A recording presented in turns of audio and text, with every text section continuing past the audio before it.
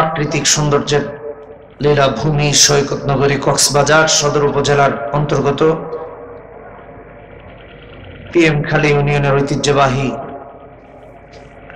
তুতকখালী তাহের মোহাম্মদের ঘোনা ইসলামী যুব সমাজের উদ্যোগে আয়োজিত আজকের এই তাফসীরুল কোরআন মাহফিলের সম্মানিত সভাপতি জনাব আলহাজ আব্দুল মতলব এবং জনাব মাওলানা নিয়ামতুল্লাহ সাহেব, উপস্থিত হযরত উলামায়ে কেরাম, পিতৃতুল্য বাবারা, যুবক বন্ধুরা, পর্দার আড়ালে অবস্থানরত মায়েরা, বোনেরা, শুভেচ্ছা জানিয়ে শুকর আদায় করছি আল্লাহ সুবহানাহু ওয়া তাআলার দরবারে, যিনি দয়া করে ভালোবেসে মহব্বত করে আমাদেরকে এখানে আসার এবং বসার তৌফিক দিয়েছেন। এজন্য বলি আলহামদুলিল্লাহ। মাশাআল্লাহ। মুহতারাম আলেমে দ্বীনগণ, দীর্ঘ সময় পর্যন্ত আপনাদেরকে কোরআনের তাফসীর শোনাচ্ছিলেন। শেষ সময়, শেষ অধিবেশন, এই শেষ অধিবেশনে কোরআনুল কারীমের একটি সূরার কয়েকটি আয়াত তিলাওয়াত করেছি, সম্ভবত প্রায় 10টি আয়াত। এই সূরাকে সামনে রেখে দু চারটি কথা বলবো, আল্লাহ যদি তৌফিক দান করেন। শারীরিকভাবে আমি অসুস্থ। আপনাদের এই এলাকার আরেক সূর্য সন্তান তৈয়ব শাহ,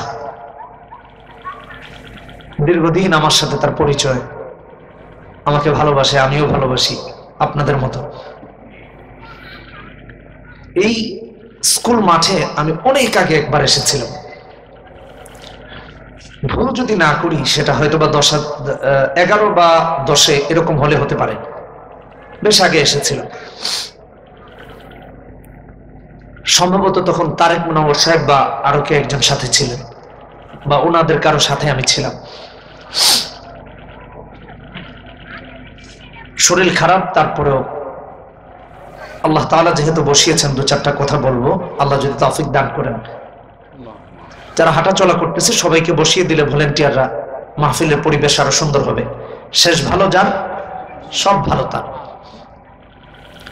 যেহেতু তাফসীরুল কোরআন মাহফিল, আপনাদের কাছে আমার বিনীত অনুরোধ থাকবে, আলোচনা সুন্দর হওয়ার থেকে আলোচনাটা বোঝা এটা বেশি জরুরি। আমাদের এখন একটা সমস্যা হলো, তাফসীর হয় কিন্তু আমরা কি তাফসীর হয়েছে এটা বুঝে বাড়িতে যেতে পারি না, যে কারণে জীবন পরিবর্তনের সংখ্যা খুব কম। যাচ্ছি কেউ কারো চেহারা দেখতে, কেউ কারো কণ্ঠ শুনতে, কেউ এটাকে আনন্দ উপভোগ করতে যাচ্ছি, কিন্তু এখান থেকে সম্মানিত আলেমে দ্বীনগণ কি কথা বলছেন, আমার জীবন পরিবর্তনে কি দরকার, এটা কিন্তু আমরা নিচ্ছি না। এই জন্য পরিবর্তন কম হচ্ছে, মাহফিল কিন্তু বাড়তেছে, দিন দিন বাড়তেছে। এমনকি এখন এখানে আরেকটা উদ্দেশ্য তৈরি হয়ে গেছে, কে কার থেকে কত বড় মাহফিল দিবে। বিশাল বিশাল মাহফিল হচ্ছে, জনসমাগম হচ্ছে,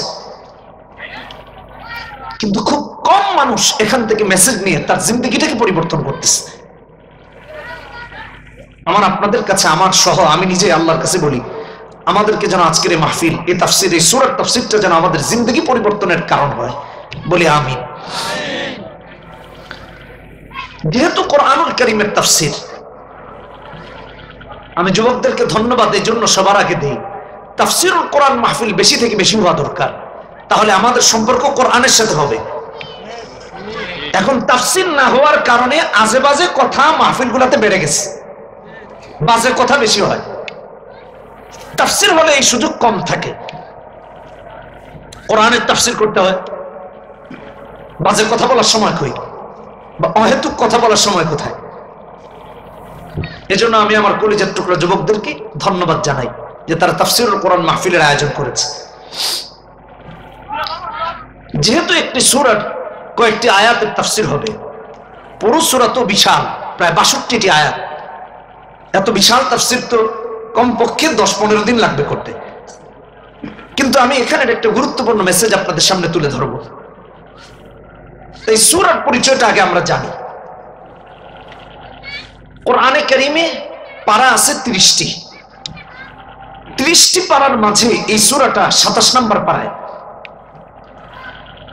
27তম পারায় 5 নম্বর পৃষ্ঠায়। দ্বিতীয় আরেকটা পরিচয় হলো কোরআনুল কারীমে সূরা আছে 114টি। 114টি সূরার মাঝে এই সূরাটা, যার কিছু আলোচনা একাংশ আমরা আলোচনা করব। এই সূরাটা 53 নম্বর সূরা 114টি থেকে। 3 নম্বর, কোরআনের সমস্ত সূরাগুলো হয়তো মাক্কি নয়তো মাদানী। এই সূরাটা মাক্কি। 4 নম্বর, কোরআনুল কারীমের প্রত্যেকটি সূরার এক বা একাধিক নাম আছে। যেমন সূরা ফাতিহার 55টির বেশি নাম আছে, এরকম বহু সূরা আছে, একাধিক নাম আছে।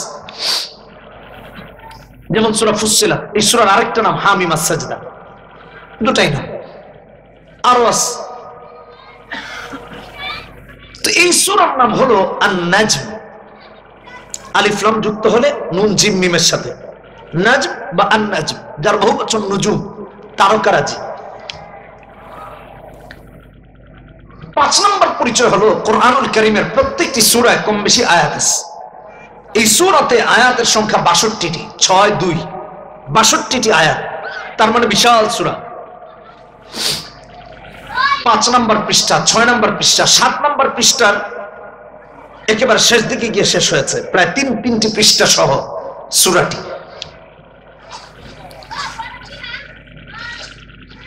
6 নম্বর, কোরআনের 14টি সিজদার মাঝে প্রথম সিজদার আয়াত আল্লাহ এই সূরাতে নাজিল করেছেন, যা 62তম আয়াতে আছে। 7 নম্বর, আল্লাহ সূরার শুরুতে কসম করেছেন। 8 নম্বর, কোন সূরায় সূরার নাম উল্লেখ নাই, আবার অনেক সূরায় সূরার নাম উল্লেখ আছে। এই সূরায় সূরার নাম প্রথম আয়াতে উল্লেখ আছে, ওয়া বর্ণের পরেই ওয়ান নাজমি ইযা হাওয়া। তাহলে আমরা নামটাও জানতে পারলাম, নামটা কোথায় আছে সেটাও জানতে পারলাম, সূরার পরিধি কতটুকু সেটা জানলাম, 62টি আয়াত। সূরাটা মাক্কি সেটাও জানলাম। সূরাটা কোরআনের 114টি সূরার মাঝে 53 নম্বর সূরা, এটাও জানলাম। সূরাতে আল্লাহ প্রথম সিজদার আয়াত নাজিল করেছেন 14টির, এটাও জানলাম। এমনকি এই সূরাটা 27তম পারায় 30টি পারা অবস্থিত আছে, 5 নম্বর পৃষ্ঠা হিফজুল কোরআনে, তাও জানলাম। এই যে এতক্ষণ এতগুলো কথা জানলাম, এগুলো কি কোনো ভাইয়ের গল্প বলছি আমি, না কোনো সভাপতি সাহেবের, না কোনো নেতার? একটা সূরার পরিচয় তুলে ধরেছি। এই প্রত্যেকটা বাক্য শব্দ কোরআনের আমরা জানলাম, তার মানে কোরআন সম্পর্কে একটা নলেজ অর্জন করলাম। সূরার শুরুতে আল্লাহ কসম করেছেন, খুব গুরুত্বপূর্ণ কথা আমার ভাইরা। কসম কেন করতে হয়? কসম করতে হয় যাকে কথাটা বলা হচ্ছে তার কাছে নিজের কথাটা বিশ্বাসযোগ্য করে তোলার জন্য, তিনি যেন এই কথাটা মিথ্যা ভাবে না নেন, এটার উপর যেন বিশ্বাস করেন। আর আরেকটা কারণে কসম করা হয় যে আমার কথাটা খুব গুরুত্বপূর্ণ, এটাকে অবহেলা করবা না। বিষয় হলো আল্লাহ কেন কসম করলেন? আমার ভাইরা, আল্লাহ তাআলা নিজেও এই জন্য কসম করেছেন যে আমি যে কথাগুলো বলছি এটা খুবই গুরুত্বপূর্ণ, এটাকে অবহেলা করার কোনো সুযোগ নাই। আল্লাহ এই জন্য কসম করেছেন।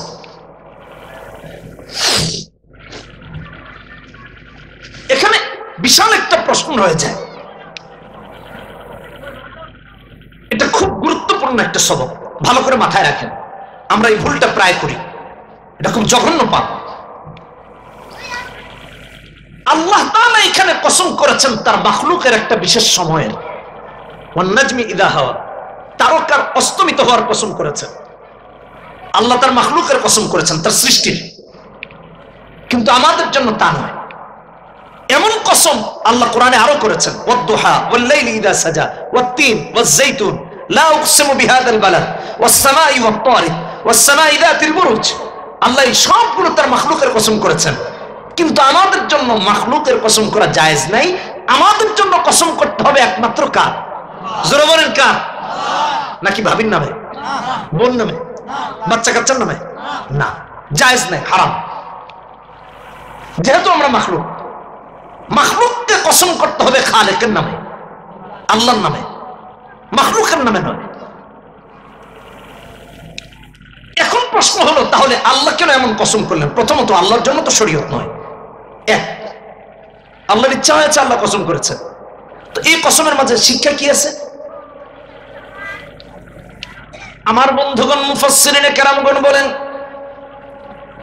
আল্লাহ রাব্বুল আলামিন কোরআনে কারিমে বারবার তার মাখলুকের নামে কসম করে তামাম পৃথিবীর সমস্ত মানুষকে এই শিক্ষা দিলেন যে আমি আল্লাহ আমার মাখলুকের কসম করে বোঝালাম, আমার মাখলুকগুলো নিয়ে যদি চিন্তা করে মানুষ একজনও নাস্তিক থাকবে না, কালেমা পড়ে পড়ে মুসলমান হয়ে যাবে। সুবহানাল্লাহ। আল্লাহ তাআলা এই জন্য তার মাখলুকের কসম করেছেন যেন একটা মানুষ যেন নাস্তিক না থাকে। আল্লাহ চ্যালেঞ্জ কিয়ামত পর্যন্ত যত মানুষ আসবে তার কাছে ছুড়ে দিয়েছেন যে আমি যেসব জিনিসের কসম করেছি কোরআনে কারিমে, এগুলো এত তাৎপর্যপূর্ণ, এগুলোর বিশালতা এত ব্যাপক যে পৃথিবীর নাস্তিকরা যদি চিন্তা করে তাহলে আল্লাহর সৃষ্টি থেকে স্রষ্টাকে খুঁজে পেয়ে যাবে, যে নিশ্চিত এটা স্রষ্টা আল্লাহ আছেন। আল্লাহ ছাড়া কেউ এটা বানাতে পারতো না, আল্লাহ ছাড়া কেউ এটা করতে পারতো না। প্রত্যেকটা জিনিস নিয়ে আপনি চিন্তা করে দেখেন। আচ্ছা, এখানে আল্লাহ যে কারণে কসম করেছেন, আসেন এটা নিয়ে একটু পর্যালোচনা করি, যেহেতু তাফসীরুল কোরআন মাহফিল। তারকার অস্তমিত হওয়ার কসম করেছেন। তারকা তামাম পৃথিবী চেষ্টা করলে একটা তারকা বানাতে পারবে? পৃথিবীর কোন পরাশক্তি পারবে না। ভাইরা আমার, পৃথিবী একটা গ্রহ, সৌরজগতের একটা গ্রহ। সূর্য তার 8টা গ্রহ নিয়ে সৌরজগৎ। ভালো করে বোঝার চেষ্টা করেন। সূর্য নিজে একটা তারকা। আল্লাহ যে তারকার অস্তমিত হওয়ার কসম করেছেন, সূর্য একটা কি? সূর্য একটা কি?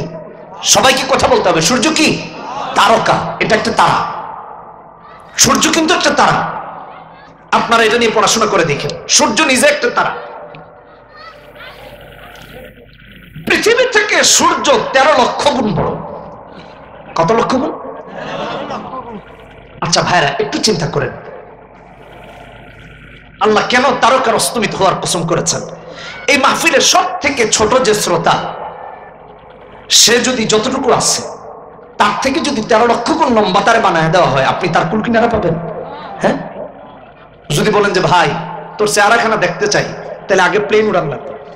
কি বলেন, ঠিক কিনা? প্লেনের জানালা থেকে তারা দেখালাম, যে বলে ঠিক আছে সলিমুদ্দিন তোরে দেখলাম, নয়তো তার চেহারা আপনি খুঁজে পাবেন না। এমন একটা মানুষ নাই এই পুরো পৃথিবী খুঁজে দেখেছে, ঘুরে দেখেছে, পৃথিবীর সর্বত্র গিয়েছে, একটা মানুষ দেখাতে পারবেন না। এটা মানুষের জ্ঞানের স্বল্পতা, শক্তির স্বল্পতা, সসীম শক্তির অধিকারী মানুষ। আল্লাহ তাআলার শক্তি, আল্লাহর সৃষ্টির বিশালতা যে অসীম, আল্লাহ তারকার অস্তমিত হওয়ার কসম করে বুঝাইছেন। এক একটা তারকা এই পৃথিবী থেকে কি বিশাল বিশাল। সূর্য পৃথিবী থেকে 13 লক্ষ গুণ বড়। সুবহানাল্লাহ। চ্যালেঞ্জ ছুড়ে দিলেন যে আমার সূর্য নিয়ে গবেষণা করো, কালেমা পড়তে বাধ্য হবা যে সূর্যের একজন স্রষ্টা আছে, তাহলে তুমি নাস্তিক থাকবা না, কালেমা পড়ে মুসলমান হয়ে যাবা। আল্লাহ তার মাখলুকের কসম করে তাওহীদের দাওয়াত দিয়েছেন, আল্লাহর অস্তিত্বের প্রমাণ এনেছেন। আপনি কক্সবাজারের দিকে একটু গিয়ে তাকান না, এই বিশাল সমুদ্র যিনি বানিয়েছেন তিনি আল্লাহ। সুবহানাল্লাহ। বেশ আগে 2-3 বছর আগে মালদ্বীপে গিয়েছিলাম। ভারত মহাসাগরে গিয়ে আমাদের বোট নষ্ট হয়ে গেছে। আমরা এক আইল্যান্ড থেকে আরেক আইল্যান্ডে যাচ্ছি। ভাটা, যখন পানি গভীরের দিকে যায়, এটা ভাটা বলে না? কোনো কানেকশন নাই। সমুদ্রের ঢেউয়ে নৌকা এ পাশ থেকে পানি উঠে ওই দিকে নামে, আর ওই দিক থেকে উঠে এদিকে নামে। চিন্তা করে দেখেন ভেতরে যারা, তাদের অবস্থা কি? ভয়াবহ চিত্র। আমার সাথে যারা ছিলেন তাদের মাঝে একজন ফিলিস্তিনি ছিলেন, সেই উঁচা লম্বা। সম্ভবত তিনি তখন ইন্দোনেশিয়াতে চাকরি করেন, জব করেন। বেচারা এত সাহসী মানুষ, কান্না শুরু করেছে ভয়ে। এক একটা ঢেউ বিশাল বিশাল ঢেউ। যত সময় যাচ্ছে তত আমরা গভীরতার দিকে যাচ্ছি। বানিয়েছেন কে? বানিয়েছেন কে? এই সমুদ্র কে বানিয়েছেন? আপনারা যদি মেরিন ড্রাইভের দিকে একটু যান, এক পাশে পাহাড় বিশাল বিশাল, আরেক পাশে সমুদ্র। বানিয়েছেন কে? সুবহানাল্লাহ। আর উপরের দিকে যদি তাকান দেখবেন আকাশ, যাতে একটা খুঁটি নাই। আল্লাহ এই পৃথিবীটাকে পেরেক বানিয়ে পাহাড়কে স্থির করে দিয়েছেন, সমুদ্রকে আটকে দিয়েছেন। সুবহানাল্লাহি ওয়া বিহামদি। এই সমস্ত সৃষ্টি কার? আল্লাহ। আল্লাহ এই জন্য তার মাখলুকের কসম করেছেন, এখানে তার ব্যতিক্রম না। কসম করে যে কথা বলা হয় এটা গুরুত্বপূর্ণ, আগে বলেছি। আসেন আল্লাহ সামনে কি বলেছেন, কারণ তারা আর তারকা এগুলো নিয়ে যদি কথা বলি আপনাদেরও মাথা ঘুরাবে একটু পরে। আমি প্রায় এক সপ্তাহ মহাশূন্য মহাকাশ নিয়ে পড়াশোনা করছিলাম, দেখলাম যে মাথায় আর ধরে না কিছু। নিজেকে অস্তিত্বহীন মনে হয়, যে পৃথিবীতে আমার কোনো অস্তিত্বই নেই, পৃথিবীর অস্তিত্ব খুঁজে পাওয়া যায় না, খুবই ছোট্ট। এই মহাকাশে এমন এমন তারা আল্লাহ বানিয়ে রেখেছেন। এই যে ঝড় হয়, কিছুদিন আগে আপনাদের এখানে আশ্রয় কেন্দ্রে নিয়ে যাওয়া হয়েছে। সেন্ট মার্টিনকে বলা হয়েছে আর থাকবে না, সেন্ট মার্টিন পুরো শেষ হয়ে যাবে। আমার ভাইরা, এই মহাকাশে এরকম ঝড় হয় যেটাকে বলা হয় ব্ল্যাক হোল, ধূমকেতু। এক একটা ঝড় এরকম এক একটা সৌরজগৎকে সেকেন্ডের মাঝে উধাও করে দেয়। বানিয়েছেন কে? জোরে বলেন, কে বানিয়েছেন? আল্লাহু আকবার। এই জন্য আল্লাহ তার মাখলুকের কসম করেছেন। তার মাখলুক নিয়ে গবেষণা করলে বোঝা যায় আল্লাহ অবশ্যই আছেন, একজন নাস্তিক থাকতে পারবে না, কারণ এগুলো মানুষ বানাতে পারে না। কসম করার পরে আল্লাহ যে কথা বলেন এটা খুব গুরুত্বপূর্ণ, এটা ভালো করে বুঝেন। এখানে আল্লাহ এমন কি বললেন যে এত গুরুত্বপূর্ণ। আমার ভাইয়েরা, কসম করে আমার আল্লাহ বললেন, মা দাল্লা সাহিবুকুম ওয়া মা গাওয়া ওয়া মা ইয়ানতিকু আনিল হাওয়া ইন হুয়া ইল্লা ওয়াহয়ুন ইউহা। রাসূলুল্লাহর উপর আসা প্রত্যেকটা আপত্তির জবাব দিয়েছেন কসম করে। এটা বুঝতে হলে আপনাকে আমাকে 1450 বছর আগে যেতে হবে, 1450 বছর আগে যেতে হবে। নবীজি মায়ের পেটে বাবাকে হারিয়েছেন, বাবা নাই। 6 বছরের মাথায় মাকেও হারিয়েছেন, মাও নাই বাবাও নাই। বাবা মা হারা মুহাম্মদ সাল্লাল্লাহু আলাইহি ওয়াসাল্লাম 40 বছর বয়সে নবুয়তি পেয়েছেন। নাজিল হয়েছে ইকরা বিসমি রাব্বিকাল্লাযী খালাক খালাকাল ইনসানা মিন আলাক ইকরা ওয়া রাব্বুকাল আকরাম আল্লাযী আল্লামা বিল কলম। কালেমার দাওয়াত দেওয়া শুরু করেছেন। মক্কার অলিতে গলিতে ঘুরে ঘুরে বলেছেন, ইয়া আইয়ুহান নাস কুলু লা ইলাহা ইল্লাল্লাহু তুফলিহুন। আর নির্যাতনের শিকার হয়েছেন। আপনারা জানেন ইতিহাস, এক পর্যায়ে তো মক্কা ছেড়ে মদিনাতেই চলে গিয়েছেন হিজরত করে। আজকে আক্ষেপ আর আফসোসের সাথে বলতে হয়, 1450 বছর আগে সেই মক্কায় নবীজি নির্যাতিত হয়েছিলেন, রক্তে রঞ্জিত হয়েছিলেন। আর আজকে সেই মক্কায় সেই মদিনায় রাসূলের রেখে যা আমানত ইসলামকে আক্রান্ত করা হচ্ছে, নির্যাতন করা হচ্ছে, সিনেমা হল চালু করা হচ্ছে, নাইট ক্লাব চালু করা হচ্ছে। শুধু ইসলামকে আক্রমণ নয়, রাসূলের কলিজা আঘাত দেওয়া হচ্ছে। রাসূল রওজায় শুয়ে শুয়ে কষ্ট পাচ্ছেন। 1450 বছর আগে যা করেছে তারা আজ মুনাফিকরা মুসলমানের লেভেল লাগিয়ে তা করতেছে। এর চেয়ে দুঃখজনক আর কিছুই হতে পারে না। কালেমার দাওয়াত দেওয়া শুরু করলেন, সব শত্রু হয়ে গেল। এর আগে ওরা বলেছে আলামিন নবীজি মুহাম্মদ সাল্লাল্লাহু আলাইহি ওয়াসাল্লামকে অনুসরণীয় ব্যক্তি মেনেছিল। কালেমার দাওয়াত দেওয়া শুরু থেকে রাসূল তাদের দুশমন হয়ে গেলেন। কেউ বলছে মুহাম্মদ তোমার হাত ভেঙে দিব, কেউ বলছে মুহাম্মদ তোমার পা ভেঙে দিব, কেউ বলছে তোমাকে মক্কা থেকে বের করে দিব। নবীজি তখন অভিভাবক ছিলেন চাচা আবু তালেব। বাবার ইন্তেকালের পরে দাদা আব্দুল মুত্তালিব হয়েছিলেন অভিভাবক, তিনিও মারা গেলেন। তিনি মারা যাওয়ার পর চাচা আবু তালেব অভিভাবক, আর তার অভিভাবকত্বের সময় ওহী নাজিল হয়েছে, কালেমার দাওয়াত দেন। নবীজির মন খারাপ, কাঁদতেছেন। আবু তালেব ইসলাম গ্রহণ করেন নাই। বিশাল স্টোরি, আমি এর ওদিকে লম্বা করতেছি না। মুসলিম শরীফে 141 নম্বর হাদিসে তার ইসলাম গ্রহণ না করার দৃষ্টান্ত ইমাম মুসলিম আলাইহি রাহমাহ উল্লেখ করেছেন। এটা বললে লম্বা হয়ে যাবে, ওদিকে যাচ্ছি না।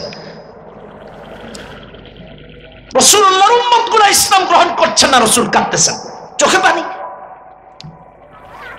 উল্টো রাসূলকে ওরা এটা কি কথাবার্তা বলতেছে, হাত ভেঙে দিবে, পা ভেঙে দিবে, মক্কা থেকে বের করে দিবে। বলতেছে মুহাম্মদ কালেমার দাওয়াত বন্ধ কর, আমাদের লাতের বিরুদ্ধে কথা বলছো, মানাতের বিরুদ্ধে কথা বলছো, উজ্জার বিরুদ্ধে কথা বলছো, হবলের বিরুদ্ধে কথা বলছো, তোমাকে মেরে ফেলা হবে, মক্কা থেকে বের করে দেওয়া হবে, হাত ভেঙে দেওয়া হবে। নবীজি কাঁদতেছেন, ওরা হাত ভাঙবে তাই নয়, নবীজি কাঁদতেছেন যে উম্মতকে আমি জান্নাতের দিকে ডাকতেছি সেই উম্মত তাদের রাসূলকে হত্যা করে জাহান্নামের দিকে আগাচ্ছে। ওরা তো তাদের রাসূলকে হত্যা করে জাহান্নামের দিকে দৌড়াচ্ছে। ওরা তো আমাকে মারতে চায়, আর আমাকে তারা রাসূলকে যদি মারে ওরা তো জাহান্নামে হবে। এই ব্যথা, এই কষ্টে কাঁদতেছেন। চাচা আবু তালেব জিজ্ঞেস করেন মুহাম্মদ, বাবা হারা তুমি, মা হারা তুমি, এতিম, তোমাকে কে কি বলেছে বলো, কান্না কেন করো? নবীজি বলেন চাচা জান কাঁদি এই জন্য যে উম্মতকে আমি ইসলামের দিকে ডাকি, জান্নাতি হওয়ার জন্য। সেই উম্মত আমাকে হত্যার হুমকি দেয়, এই জন্য কান্না করি, আর কিছু না। ওরা তো তাদের নবীকে মেরে জাহান্নামের দিকে দৌড়ায়, এই জন্য কাঁদি। আবু তালেব ডেকে বলেন মুহাম্মদ, আমি তোমার অভিভাবক, কে বলেছে তোমার হাত ভেঙে দিবে, কে বলেছে তোমার পা ভেঙে দিবে, কে বলেছে তোমাকে মক্কা থেকে বের করে দিবে? আমি আবু তালেব যতদিন মাটির উপরে আছি ওরা সবাই মিলে হাত ভাঙা দূরের কথা, পা ভাঙা দূরের কথা, মক্কা থেকে বের করে দেওয়া দূরের কথা, যতদিন আমি জীবিত আছি কবরের উপরে আছি ওরা তুমি মুহাম্মাদের কাছে আসতে পারবে না। আবু তালেব ইসলাম গ্রহণ করেন নাই, কাফের। কাফের হয়ে ইসলামকে সুরক্ষিত রেখেছেন, নবীকে সহযোগিতা করেছেন ইসলাম প্রচারে। আমার ভাইয়েরা, আবু তালেবের ওই বক্তব্য ঐতিহাসিক দালাইলুন নবুওয়া লিল বাইহাকী দ্বিতীয় খণ্ড 348 নম্বর পৃষ্ঠায় সোনালী অক্ষরে লিপিবদ্ধ রয়েছে। আবু তালেব বললেন ওয়াল্লাহি লা ইয়াসিলু ইলাইকা বিজামিহিম حتى أوسد في التراب دفينا ودعوتني وعلمت أنك ناصحي فلقد صدقت وكنت فينا أمينا وعرضت دينا قد عرفت بأنه من خير أديان البرية دينا لولا الملامة أو حذار مثبت لوجدتني سمحا ذاك مبينا. أبو طالب لكبر محمد কে তোমার হাত ভাঙবে, কে তোমার পা ভাঙবে, কে তোমাকে মক্কা থেকে বের করে দিবে? আমি আবু তালেব যতদিন মাটির উপরে আছি ওরা তোমার কাছে আসতে পারবে না। আল্লাহর নামে কসম করে বলেছেন, আমি একজন মুমিন হয়ে আল্লাহর নামে কসম করে বলতে পারি এই পৃথিবীতে যতদিন একজন খাঁটি ইমানদার থাকবে রাসূলের ইজ্জতের উপর আঘাত করতে পারবে না, পারবে না, পারবে না ইনশাআল্লাহ। মুসলমানেরা তার রুখে দিবে। পৃথিবীর ইতিহাস তালাশ করে দেখুন, নবীজি ইসলামের দাওয়াত দিয়ে ওদের কাছে খারাপ হয়ে গেলেন। ওরা নবীজিকে একের পর এক অপবাদ দেওয়া শুরু করলো, যেন মুহাম্মদ সাল্লাল্লাহু আলাইহি ওয়াসাল্লামের কথা কেউ না শুনে। ওদের দল হালকা হয়ে যাবে। নবীজির উপর ওহী আসা শুরু হলো। কেউ বলছে মুহাম্মদ পাগল, কেউ বলছে কবি, কেউ বলছে গণক, কেউ বলতেছে বিভ্রান্ত, কেউ বলে বিপদগামী, কেউ বলে জাদুঘর। মুহাম্মদ সাল্লাল্লাহু আলাইহি ওয়াসাল্লামের পবিত্রতা রক্ষায় আল্লাহ তাআলা একের পর এক আয়াত নাজিল করে তাদের জবাব দিয়েছেন। সুবহানাল্লাহ বলেন। ওরা বলল মুহাম্মদ পাগল, আল্লাহ বলেন ওয়ামা সাহিবুকুম বিমাজনুন ওয়ালাকাদ রাআহু বিল উফুকিল মুবিন। সূরা তাকবীর 22 নম্বর আয়াত। মা সাহিবুকুম বিমাজনুন, আমার হাবিবকে পাগল বলছো? আমার হাবিব পাগল নয়। আল্লাহ মেনশন করে বলেছেন মা সাহিবুকুম, মা সাহিবুকুম বিমাজনুন, তোমাদের সাথী মুহাম্মদ, অন্য মুহাম্মদ না। তোমাদের সাথী যিনি, যাকে তোমরা পাগল বলো, আমি আল্লাহ বললাম তিনি পাগল নন। আল্লাহ জবাব দিয়েছেন। ওরা নবীজির ওহীকে খাটো করার জন্য, তার নবুয়তকে, রিসালাতকে খাটো করার জন্য এক পর্যায়ে বলল মুহাম্মদ কবি। আল্লাহ সূরা হাক্কাতে 41 নম্বর আয়াতে বলেন, ওয়া মা হুয়া বিকাউলি শাইর কলিলাম মা তুমিনুন। আমার হাবিবকে তোমরা কবি বলছো, কোরআনকে খাটো করার জন্য, তার রিসালাতকে ছোট করার জন্য। আমি আল্লাহ বলে দিলাম আমার হাবিব কবিও নয়। জবাব দিয়েছেন আল্লাহ সূরা হাক্কা 41 নম্বরে। নবীজির ওহী আসা দেখে ওরা বলল মুহাম্মদ গণক। আমার আল্লাহ জবাব দিয়ে কোরআনে কারীমে সূরা হাক্কাতে 42 নম্বর আয়াতে বলেন, ওয়ালা বিকাউলি কাহিন কলিলাম মা তাযাক্কারুন তানজিলুম মির রাব্বিল আলামিন। আল্লাহু আকবার। একের পর এক জবাব দিয়েছেন আল্লাহ। রাসূলুল্লাহর উপর আসা মুজিজা, মুজিজা দেখে বলে মুহাম্মদ জাদুকর, নবী নাকি জাদুকর। একটা দৃষ্টান্ত দিই, বুখারীর হাদিস 3634 নম্বর হাদিস। এই সূরার পরের সূরাতে আল্লাহ ডিটেইলস আলোচনা করেছেন, ইকতারাবাতিস সাআতু ওয়ানশাক্কাল কমর। কাফেররা গিয়েছে রাসূলুল্লাহর কাছে, গিয়ে কয় মুহাম্মদ তুমি আমাদেরকে ইসলামের দাওয়াত দাও, কালেমার দাওয়াত দাও। ঠিক আছে, কালেমা পড়বো, তবে চাঁদটাকে দ্বিখণ্ডিত করে দেখাও, কালেমা পড়ে মুসলমান হয়ে যাবে। আল্লাহ জানতেন চাঁদ দ্বিখণ্ডিত হওয়ার পরেও এরা মুসলমান হবে না। কিয়ামত পর্যন্ত রাসূলুল্লাহর সম্মানকে অক্ষুণ্ণ রাখার জন্য আল্লাহ চাঁদ দ্বিখণ্ডিত করে দেখায় দিয়েছে। কেউ যেন রাসূলুল্লাহর রিসালাত, তার মুজিজাকে নিয়ে যেন কেউ ব্যঙ্গ করতে না পারে। ভাইয়েরা আমার, মুফাসসিরিনে কেরামগণ বলেন, নবীজি আল্লাহকে বলেন, আল্লাহ আমার এই উম্মতগুলো বলেছে ওরা ইসলাম গ্রহণ করবে, চাঁদ দ্বিখণ্ডিত করে তুমি দেখিয়ে দাও। মুফাসসিরিনে কেরামগণ বলেন, নবীজি হাত তুলতে দেরি হয়েছে, চাঁদ দ্বিখণ্ডিত হতে দেরি হয় নাই। ওরা কয় মুহাম্মদ চাঁদ আবার দ্বিখণ্ডিত হয় কি করে? এটা জাদু ছাড়া কিছু না। নাউযুবিল্লাহি মিন যালিক। আমার আল্লাহ এর পরের সূরা 54 নম্বর সূরায় বলেন, ইকতারাবাতিস সাআতু ওয়ানশাক্কাল কমর। চাঁদ বিদীর্ণ হওয়ার দৃষ্টান্ত আল্লাহ তুলে ধরেছেন। যেসব কাফেররা বলেছে মুহাম্মদ তুমি জাদু দেখিয়েছো, মক্কার অলিতে গলিতে ভেতরে বাহিরে ওরা খোঁজ নিয়ে দেখে না সত্যিকার অর্থেই চাঁদ দ্বিখণ্ডিত হয়েছে, কিন্তু ইসলাম গ্রহণ করে নাই। নবীজিকে জাদুকর বলছে, নবীজিকে জাদুকর বলেছে, ইসলাম গ্রহণ করে নাই। এক পর্যায়ে ওরা বলতে লাগলো মুহাম্মদ বিভ্রান্ত, বিপদগামী, যে অনুসরণ করবে সে বিপদগামী হয়ে যাবে। কাফের বেঈমানদের সমস্ত আপত্তির জবাব, অপবাদের জবাব দিতে গিয়ে আল্লাহ সূরা নাজমে প্রথম আয়াতে বলেন, ওয়ান নাজমি ইযা হাওয়া মা দাল্লা সাহিবুকুম ওয়া মা গাওয়া ওয়া মা ইয়ানতিকু আনিল হাওয়া ইন হুয়া ইল্লা ওয়াহিয়ুন ইউহা। না, মিথ্যা কথা। আল্লাহ বলেন আমি কসম করছি তারকার অস্তমিত হওয়ার, আর আমি বলছি মা দাল্লা সাহিবুকুম ওয়া মা গাওয়া, তোমাদের সাথী মুহাম্মদ বিভ্রান্ত নন। কে বলেছে এটা? আল্লাহ কসম করে বলেছেন, যেন কিয়ামত পর্যন্ত কেউ রাসূলুল্লাহকে অপবাদ দিতে না পারে। আর আল্লাহ এই কথা জানিয়ে দিলেন,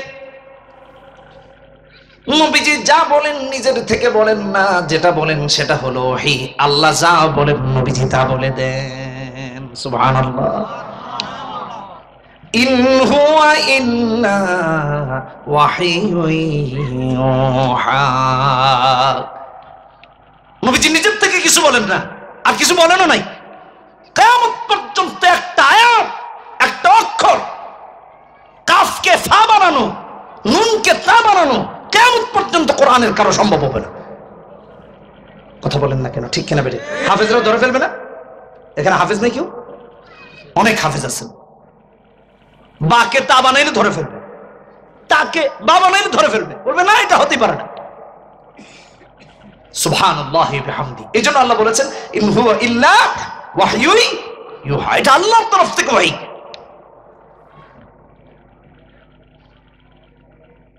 এই যে এতগুলো আয়াত বললাম, আল্লাহ এখানে একটা মেসেজ দিয়েছেন আমাদেরকে। 1450 বছর আগে ওহী আসার জামানা ছিল, কাফের রাসূলকে বাজে কথা বলেছে, আল্লাহ ওহী পাঠিয়ে দিয়েছেন। আজকে ওহী আসার জামানা নয়, ওহী আসার দরজা বন্ধ, আর আসবে না। আল্লাহ জবাব দিয়েছেন, ওরা রাসূলকে বলেছে পাগল। আল্লাহ সূরা তাকবীরে 22 নম্বর আয়াতে জবাব দিয়ে দিয়েছেন। ওরা মুহাম্মদ সাল্লাল্লাহু আলাইহি ওয়াসাল্লামকে বলেছে কবি। আল্লাহ সূরা হাক্কাতে 41 নম্বর আয়াতে জবাব দিয়েছেন। ওরা মুহাম্মদ সাল্লাল্লাহু আলাইহি ওয়াসাল্লামকে বলেছে ব্ল্যাক ম্যাজিক করেছেন, জাদু করেছেন। আল্লাহ তাআলা 54 নম্বর সূরায় ইকতারাবাতিস সাআতু ওয়া শাক্কাল কমার নাজিল করে জবাব দিয়ে দিয়েছেন। ওরা মুহাম্মদ সাল্লাল্লাহু আলাইহি ওয়াসাল্লামকে বলেছে গণক। আল্লাহ 42 নম্বর আয়াতে সূরা হাক্কায় জবাব দিয়ে দিয়েছেন ওয়ালা বিকাউলি কাহিন কালিলাম মা তাযাক্কারুন। ওরা বলেছে মুহাম্মদ বিভ্রান্ত বিপদগামী। আল্লাহ তাআলা জবাব দিয়ে বলেছেন মা দাল্লা সাহিবুকুম ওয়া মা গাওয়া ওয়া মা ইয়ানতিকু আনিল হাওয়া ইন হুয়া ইল্লা ওয়াহয়ু ইউহা। আল্লাহ তাআলা কিয়ামত পর্যন্ত উম্মতে মুহাম্মাদীকে মুসলমানকে শিক্ষা দিয়েছেন, তোমাদের রাসূলকে কেউ যদি আঘাত করে, রাসূলের ইজ্জতের উপর যদি আঘাত করে, ওহীর শিক্ষা হলো জীবনের শেষ নিঃশ্বাস থাকা পর্যন্ত তাদের বিরুদ্ধে প্রতিবাদ করা, রাসূলের ইজ্জত রক্ষা করা। ঠিক কিনা ঠিক জোরে বলেন।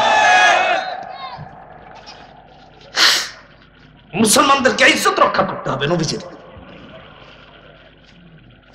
রাসূলুল্লাহর যদি ইজ্জত রক্ষা না হয়, আপনার আমার ইজ্জত থাকে না, ইসলামের সম্মান ক্ষুণ্ণ হয়। এই শিক্ষা আল্লাহ তাআলা এই আয়াতগুলোতে দিয়ে দিয়েছেন। একটা শ্রেণী বলবে মুহাম্মদ সাল্লাল্লাহু আলাইহি ওয়াসাল্লামকে গালি দিলে তোমাদের তো সমস্যা কি, রাস্তায় আন্দোলনে নাম কেন? হ্যাঁ, আল্লাহ তাআলা শিক্ষা দিয়েছেন তুমি মুসলমান হলে এই কথা বলতে না, তুমি মুনাফিক দেখে এই কথা বলেছো। ঠিক কিনা ঠিক জোরে কয় না? মুনাফিক ছাড়া কেউ এই কথা বলে না। আমার ভাইরা,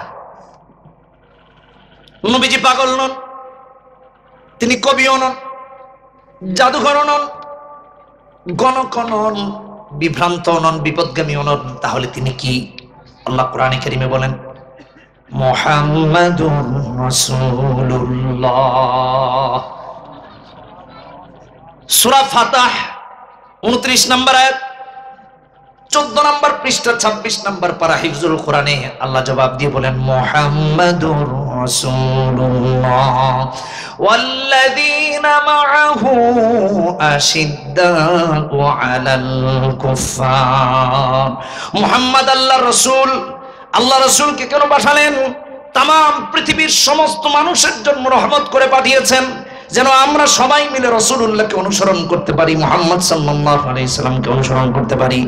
যেই মানুষ নবীজিকে অনুসরণ করবে, রহমতি চরিত্র ধারণ করবে, যেই ঘরে নবীজির চরিত্র থাকবে, যেই ব্যক্তি জীবনে নবীজির চরিত্র থাকবে, যেই সমাজে নবীজির চরিত্র থাকবে, যে এলাকায় নবীজির চরিত্র থাকবে, ওই এলাকাটা নূরে নূরান্বিত হয়ে যাবে। ঠিক কিনা ঠিক? তিনি রাহমাতুল লিল আলামিন, তিনি নবী। যুবক বন্ধুরা রে আমার, মনোযোগ দিয়ে শোনো, কলিজার টুকরা যুবকেরা মনোযোগ দিয়ে শুনে। এই জন্য আল্লাহ বলেন লাকাদ কানা লাকুম ফি রাসূলিল্লাহি উসওয়াতুন হাসানাহ। সূরা আহজাব 21 নম্বর পারা 21 নম্বর আয়াত। আমাদের মডেল হলেন নবীজি, আমাদের আদর্শ হলেন নবীজি। নেইমার না, মেসি না, গায়ক না, নায়ক না। কথা বলে না, ঠিক কিনা বেঠিক? নবীজি হলেন আদর্শ। উম্মতের যুবকেরা কোথায় ইসলামকে নিয়ে গিয়েছে একটু চিন্তা করেন। কয়েকদিন আগে দেখলাম আমাদের দেশ থেকে কয়েকটা মেয়ে, 3টা মেয়ে 6-এ পড়ে, বিটিএস মেম্বারদের জন্য ঘর থেকে বের হয়ে চলে গেছে। বিটিএস মেম্বার কারা? কোন দেশের ইসলামিক স্কলার তারা? মক্কা মদিনার ভালোবাসা তোমাকে মক্কায় নেয় না, মদিনায় নেয় না। রাসূলের ভালোবাসা তোমার আপাদমস্তকে ইসলামকে প্রতিষ্ঠা করে নাই। কার ভালোবাসায় তুমি ঘর থেকে বের হয়ে গেলা? কি শেখাচ্ছ বাচ্চাদেরকে, সন্তানকে? কে শেখাচ্ছে? আপনি আর আমি। বিটিএস মেম্বারদের জন্য ঘর থেকে বের হয়ে গেছে। তার বাবা মায়ের সরল স্বীকারোক্তি, মেয়েরা নাকি সবসময় বিটিএস মেম্বারদের প্রোগ্রাম দেখতো, দেখতে দেখতে আশেক হয়ে গেছে। কেন? রাসূলুল্লাহ হাদিস শোনাও নাই কেন? ইসলামকে শেখাও নাই কেন? কোরআনকে শেখাও নাই কেন? তাহলে কোরআনের জন্য ঘর থেকে বের হতো। সমাজ নষ্ট হয়ে গেছে, ভ্রষ্ট হয়ে গেছে। নবীজি আমাদের আদর্শ, নবীজি আমাদের উসওয়া হাসানা। হ্যাঁ আমার ভাইরা, 1450 বছর আগে ইসলামের দুশমনরা রাসূলকে বিকৃত করতে চেয়েছে, বিতর্কিত করতে চেয়েছে, উম্মাহকে বিভ্রান্ত করতে চেয়েছে, রাসূলকে বাজে কথা বলে বলে। আর আজকেও একটা গোষ্ঠী আছে মুসলমানদেরকে সন্ত্রাস বলে, কথা বলে না। এখানে কি কেউ নাই নাকি কথা বলার? হ্যাঁ, মুসলমানদেরকে সন্ত্রাস বলে না, আলেমদেরকে জঙ্গি বলে না, কথা বলেন না কেন? নবীজিকে সন্ত্রাস বলে না, কোরআন জ্বালায় না, কোরআন পড়ায় না। ওরা ইসলামকে বলে সন্ত্রাস, ওরা নবীজিকে বলে সন্ত্রাস, ওরা মুসলমানদেরকে বলে সন্ত্রাস, ওরা মুজাহিদদেরকে বলে জঙ্গি, ওরা আলেমদেরকে বলতে চায় জঙ্গি। আমি দায়িত্ব নিয়ে বলছি, এই তাম পৃথিবীতে একটা স্পট দেখাতে পারবে না যেখানে আলেমরা সন্ত্রাস চালাচ্ছে, যেখানে মুসলমানেরা সন্ত্রাস চালাচ্ছে। ইরাকে তাকান, লিবিয়াতে তাকান, কাশ্মীরে তাকান, বার্মায় তাকান, ফিলিস্তিনে তাকান, তাম পৃথিবীর যেখানে তাকাবেন, যারা মুসলমানদেরকে সন্ত্রাস বলে তারাই সন্ত্রাসী চালাচ্ছে। কোথাও মুসলমানেরা সন্ত্রাসী চালাচ্ছে না। বলতেছে ইসলামকে সন্ত্রাস, বলতেছে মুহাম্মদ সাল্লাল্লাহু আলাইহি সাল্লামকে সন্ত্রাস। আমাদের প্রজন্মকে নবীজির চরিত্র থেকে দূরে নেওয়ার জন্য, ইসলাম থেকে দূরে নিয়ে যাওয়ার জন্য তারা সফল হচ্ছে। আপনি আর আমি বিফল হচ্ছি। আমার যুবক ভাইরা, মনে কিছু নিও না। আর্জেন্টিনা ব্রাজিলের জন্য তোমরা পাগল। বিশ্বকাপ আসলে বাড়িতে পতাকা লাগাও, মাথায় লাগাও, শরীরে জার্সি লাগাও। কোন কারণে? কিসের কারণে? আমি একটা কথা বলতে চাই, এই যে ফিলিস্তিনে মুসলিমরা আক্রান্ত, আর্জেন্টিনা ব্রাজিল কি ফিলিস্তিনের পাশে দাঁড়িয়েছে? তো তুমি তার সমর্থক কেমনে হলা? কোন কারণে হলো? এমনকি একটা নিউজ, আমি জানি না ফেক না রিয়েল, শুনেছি যে মেসি ইসরায়েলের সমর্থনে ইসরায়েলে গিয়েছিল প্রথম সময় যখন আক্রমণ হয়েছে। হামাস যখন তাদের উপর হাজার হাজার আক্রমণের জবাব দিয়েছে, তারপরে কথা বলতেছে মেসি নাকি ভিজিট করেছে ইসরায়েল। এক ভাই আমাকে একটা লিঙ্ক দিয়েছিলেন টুইটারে, তাতেই নিউজ এসেছে। আমি জানি না এটা কতটা সত্য মিথ্যা, যেহেতু আমার যাচাই করার সুযোগ হয়নি। কিন্তু ভাইরা, আমরা কোন হিসাবে তাদের সমর্থক হলাম? যারা আমাদের রক্তের উন্মাদনায় উন্মাদ হয়ে আছে, যারা পৃথিবীর আকাশ বাতাসকে দূষিত করছে, বোমা মেরে মেরে মুসলমানের রক্তের গন্ধে পুরো পৃথিবীকে আকাশ বাতাসকে দূষিত করছে, তাদের সমর্থক তো মুসলমান হতে পারে না। আমরা কোন হিসাবে হলাম? আমরা কেন হলাম? সব থেকে বড় কথা যে আর্জেন্টিনা আর ব্রাজিলের জন্য তোমরা পাগল। যুবকদেরকে বলতেছি, মুরব্বীদেরকে নয়। আমি আমার কলিজার টুকরা যুবকদেরকে বলতেছি, তুমি মেসির জন্য তার জার্সি লাগিয়েছ, তাকে ভালোবাসো, কালেমাটা সহি করে পড়তে পারো না, কিন্তু আর্জেন্টিনা কয়েকবার বিশ্বকাপ নিয়েছে, এটা আগাগোড়া সব জানো। কোন বিশ্বকাপে কে গোল দিয়ে দিয়ে চ্যাম্পিয়ন করেছিল তা জানো। আমি তোমাকে বলতে চাই, গত বছর সম্ভবত বিশ্বকাপ খেলো, গত বছর না তার আগের বছর, গত বছরই তো মনে হয়, হ্যাঁ তার আগের বছর, গত বছর বিশ্বকাপ খেলো 22-এ। আর্জেন্টিনা দেখলাম সৌদির সাথে নাকি হারলো। দেখি কতজন হসপিটালে ভর্তি, মাথায় পানি দিতেছে, বদনা টদনা নিয়ে। হাসি আসলো, এটা আমি হাসার জন্য বলছি না, আমি বলতে চাচ্ছি তার হৃদয়ের কোন জায়গাতে সে আর্জেন্টিনাকে জায়গা দিয়েছে, এটা চিন্তা করেন। যদি নবীকে জায়গা দিত, তাহলে নবীকে গালি দিলে কেউ সে কষ্ট পেত, হসপিটালে ভর্তি থাকতো। কিন্তু সে রাসূলকে গালি দিলে হসপিটালে যায় না, সে ইসলামকে গালি দিলে ব্যথিত হয় না, আর্জেন্টিনা হারলে ব্যথিত হয়ে হসপিটালে ভর্তি। বাস্তবতা বলতেছি, কি দরকার ছিল আর কি হয়েছে? আমরা বাংলাদেশের এক জায়গায় মাহফিলে গেলাম, যেদিন ব্রাজিল বাদ হয়ে গেল, আমি নিউজ পড়তে গিয়ে জানলাম। এগুলো দেখার সময় তো হয় না, বাস্তবতা যেটা। তো আমরা মাহফিল শেষ করেছি এক জায়গায়, তো যাওয়ার পর বললো, হুজুর আজকে তো ব্রাজিলের খেলা, তাই মুসল্লি কম। কি সওয়াব, কি বলেন, ঠিক কিনা বেঠিক? একেবারে 90 মিনিটে পুরা জাহান্নামে নিয়া নেইমার পৌঁছায় দিবে উষ্টা দিয়া, শেষে ঢুকায় দিবে যে যা লাত্তি খেয়ে জাহান্নামে জান্নাতে ঢুকে যা। নাউজুবিল্লাহি মিন যালিক। যাই হোক, সব ঠিক ছিল। মাহফিল থেকে বের হয়ে শুনি চারিদিকে এই স্ট্রোক করছে, ওই স্ট্রোক করছে, এ মিলাদ দিতেছে, ওইটা করতেছে। ভাই কি হয়েছে? কই ব্রাজিল বিশ্বকাপ থেকে বাদ। তাই কয়েকজন হসপিটাল। ভালো করে শুনেন কথাগুলা। কোথায় জায়গা দিয়েছেন কাফের মুশরিকদেরকে? কলিজার যেই জায়গায় আপনার ইসলামকে রাখা দরকার ছিল সেই জায়গা কাফেররা দখল করে নিয়েছে। ওরা মেহনত করছে তার, আর আপনি আর আমিও সেখানে পরাজিত হয়ে গেছি। ওদেরকে জায়গা দিয়েছি, ইসলামকে জায়গা দিই নাই। আচ্ছা রাখেন এটা। মেসি নেইমারকে আপনি সমর্থন করছেন, ওরা তো দাজ্জালের সমর্থক। আপনি কোন হিসাবে তাকে সমর্থন করেন? তাম পৃথিবী একমতাতে। আপনি দেখেন ওদের গায়ে এক চোখ আঁকা, ট্যাটু আঁকা। আপনি গুগলে সার্চ দেন, আপনি খুঁজে পাবেন। পায়ে ঘাড়ে এক চোখ আঁকা। গত কয়েকদিন আগে একটা নিউজ দেখলাম, আমাদের দেশের মিডিয়া করেছে। নেইমার সৌদিতে না কোথায় খেলতেছে কি যেন, সে ওখান থেকে যেন কোন দেশে গিয়েছে, তো একটা ড্রেস পরেছে, এই ড্রেস এক চোখে ভরা, এক চোখ আঁকা। এক চোখ কার থাকবে? দাজ্জালের। এক চোখ কার থাকবে? একদম দাজ্জালের সমর্থক আপনি কোন হিসাবে হলেন? কি কারণে হলেন? রাসূলুল্লাহ সবসময় দোয়া করেছেন দাজ্জালের ফিতনা থেকে বাঁচার জন্য, আর আপনি আর আমি ওদের পায়ের ভেলকিতে তাদের ভক্ত হয়ে গেছি। তো দাজ্জাল যখন জান্নাত দেখাবে, আপনি তো দাজ্জালের কাছে আরো আগে হেরে যাবেন। উচিত ছিল ইমাম মাহদির সৈনিক হওয়া, আপনি হয়ে আছেন দাজ্জালের। কথাগুলো খুবই গুরুত্বপূর্ণ।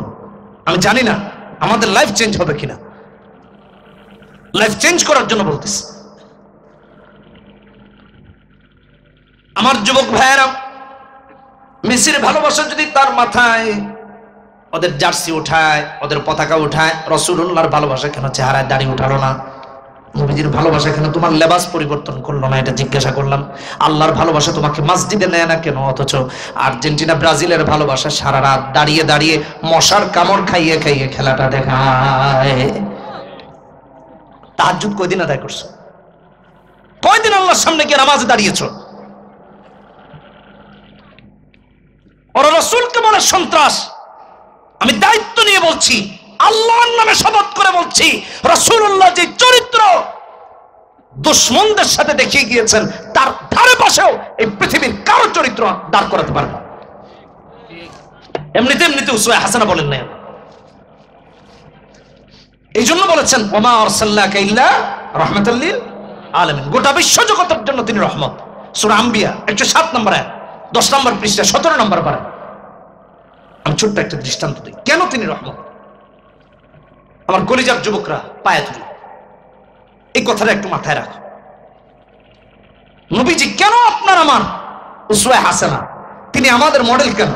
কেন নবীজিকে অনুসরণ করতে হবে? কেন তিনি রাহমাতুল লিল আলামিন? গোটা বিশ্ব জগতের জন্য কেন রহমত? এটা একটু বোঝেন। একটা কিতাব ইমাম মুসা ইবনে উকবা লিখেছেন, আল মাগাজি নাম। 46 নম্বর পৃষ্ঠায় প্রথম খণ্ডে এসেছে। বদরের যুদ্ধ হয়েছে, আমরা সবাই জানি। মুসলমানেরা বিজয়ী হয়েছেন 313 জন মাত্র, 1000-এর বিরুদ্ধে যুদ্ধ করে। কয়জন মুসলমান? কয়জন মুসলমান? 313 জন। 1000-এর বিরুদ্ধে যুদ্ধ করেছেন, লড়াই করেছেন। 70 জন কাফের নিহত হয়েছে জাহান্নামে। 70 জন বন্দী। ভালো করে মাথায় রাখেন, 70 জন নিহত, 70 জন বন্দী। কুরাইশদের মন খারাপ, মক্কাবাসীর মন খারাপ, এমন মার খেয়েছে যে এটা বলতে পারতেছে না। মাতাফে কাবা চত্বর, ওটাকে বলে মাতাফ। আমরা যেখানে তাওয়াফ করি চারদিক, কালো ঘরের চারদিককে কি বলে? মাতাফ। যেখানে তাওয়াফ করে হাজিরা, ওখানে বসে বসে উমাইর ইবনে ওয়াহাব আল জুমাহি আর সফওয়ান ইবনে উমাইয়া, এই মুশরিক নবীজিকে মারার ষড়যন্ত্র করতেছে। দুজনের পরিচয় আগে জানেন। উমাইর এর ছেলে 70 জন বন্দীর একজন, মুসলমানদের হাতে বন্দী। আর সফওয়ান যে 70 জন নিহত হয়েছে তাদের একজন হলো তার বাবা। উমাইর যার ছেলে বন্দী, উমাইর বলতেছে সফওয়ান, তুমি তো নেতা মানুষ, ধনী মানুষ, তোমার মতো টাকা পয়সা আমার থাকলে এখন মক্কা থেকে মদিনায় গিয়ে মুহাম্মাদের মাথা উড়ায় দিতাম। নাউজুবিল্লাহ।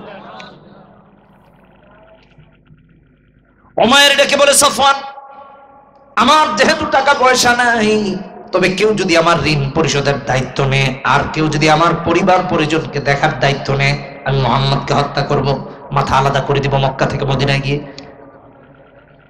সাফওয়ান ইবনে উমাইয়া চিন্তা করলো, এত বড় সুযোগ, পিতা হত্যার প্রতিশোধ নেওয়ার আর কোনোদিন বুঝি আসবে না। সাফওয়ান দৌড়ায় গেল বাড়িতে, একটা বাহন এনে দিয়েছে, বলে যাও, এই বাহনে চড়ে চড়ে মক্কা থেকে মদিনায় যাও, দেরি করো না, এটা দ্রুতগামী বাহন।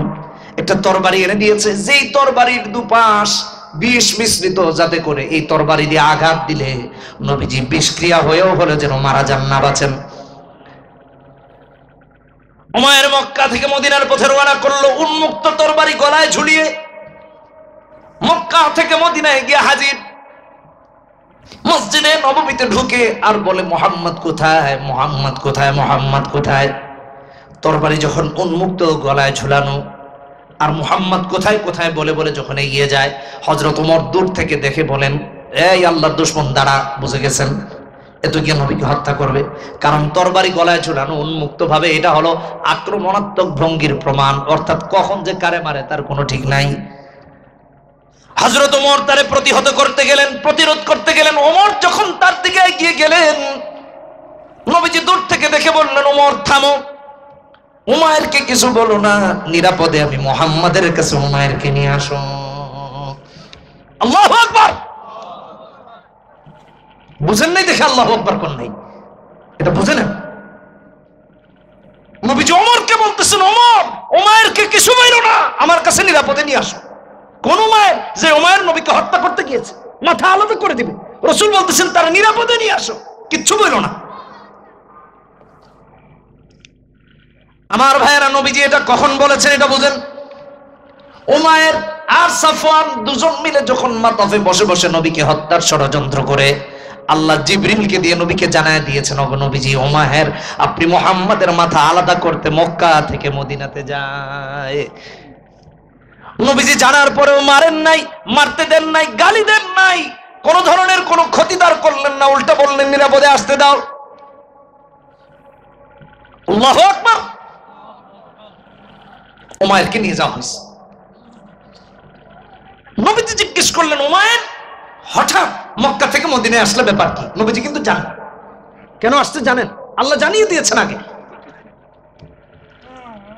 বলতেছেন, উমার হঠাৎ মক্কা থেকে মদিনায় আসলা, কি ব্যাপার, কি হয়েছে? উমাইর কই, মুহাম্মদ, আমার ছেলেটা বন্দী তোমাদের কাছে, ছেলেটাকে ছোটায় নিতে আসছে।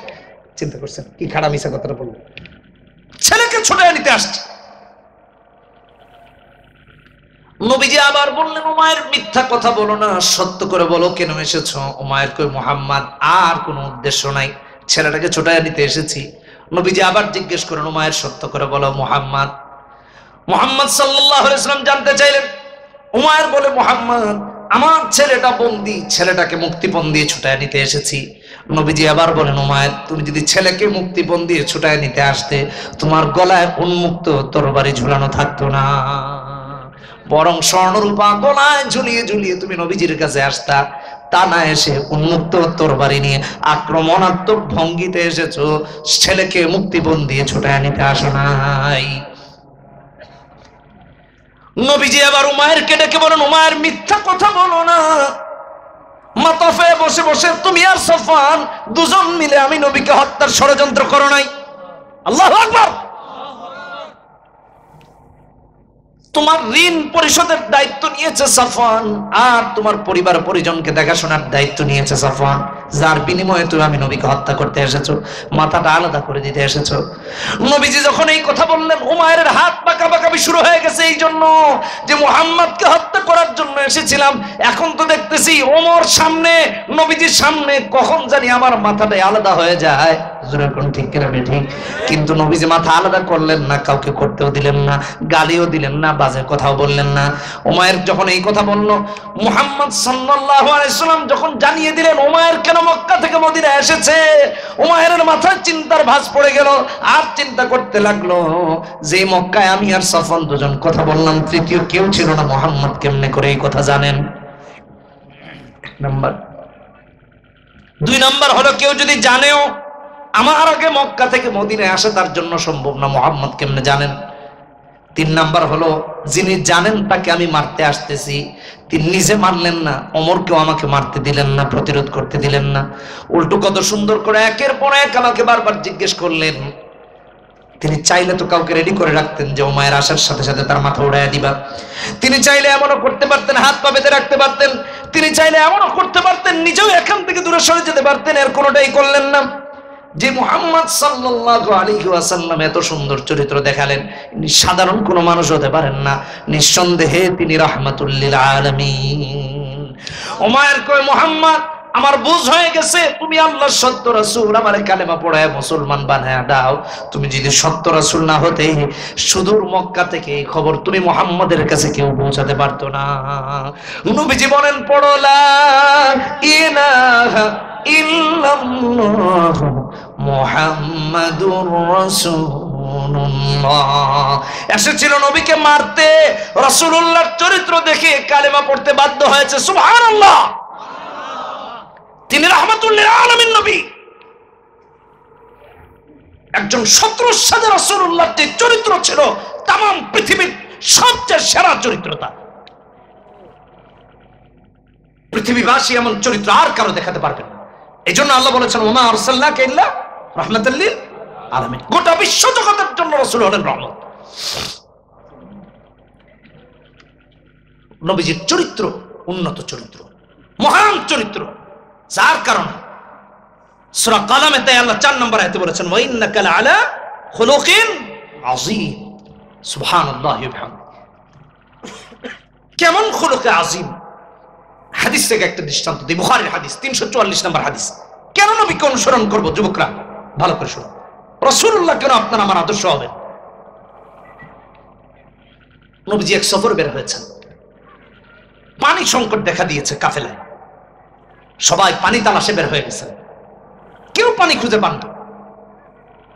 সাহাবীরা রাসূলুল্লাহকে জানালেন সাল্লাল্লাহু আলাইহি ওয়াসাল্লাম, ইয়া রাসূলুল্লাহ হাবিবাল্লাহ, পানি তো কোথাও নেই। নবী সবাইকে এক জায়গায় স্টে করতে বললেন। এই অবস্থায় যদি ছোটাছুটি করে তাহলে তো আরো তৃষ্ণার্ত হয়ে যাবে। বললেন এক জায়গায় অবস্থান করো। সবাই এক জায়গায় অবস্থান করেছেন।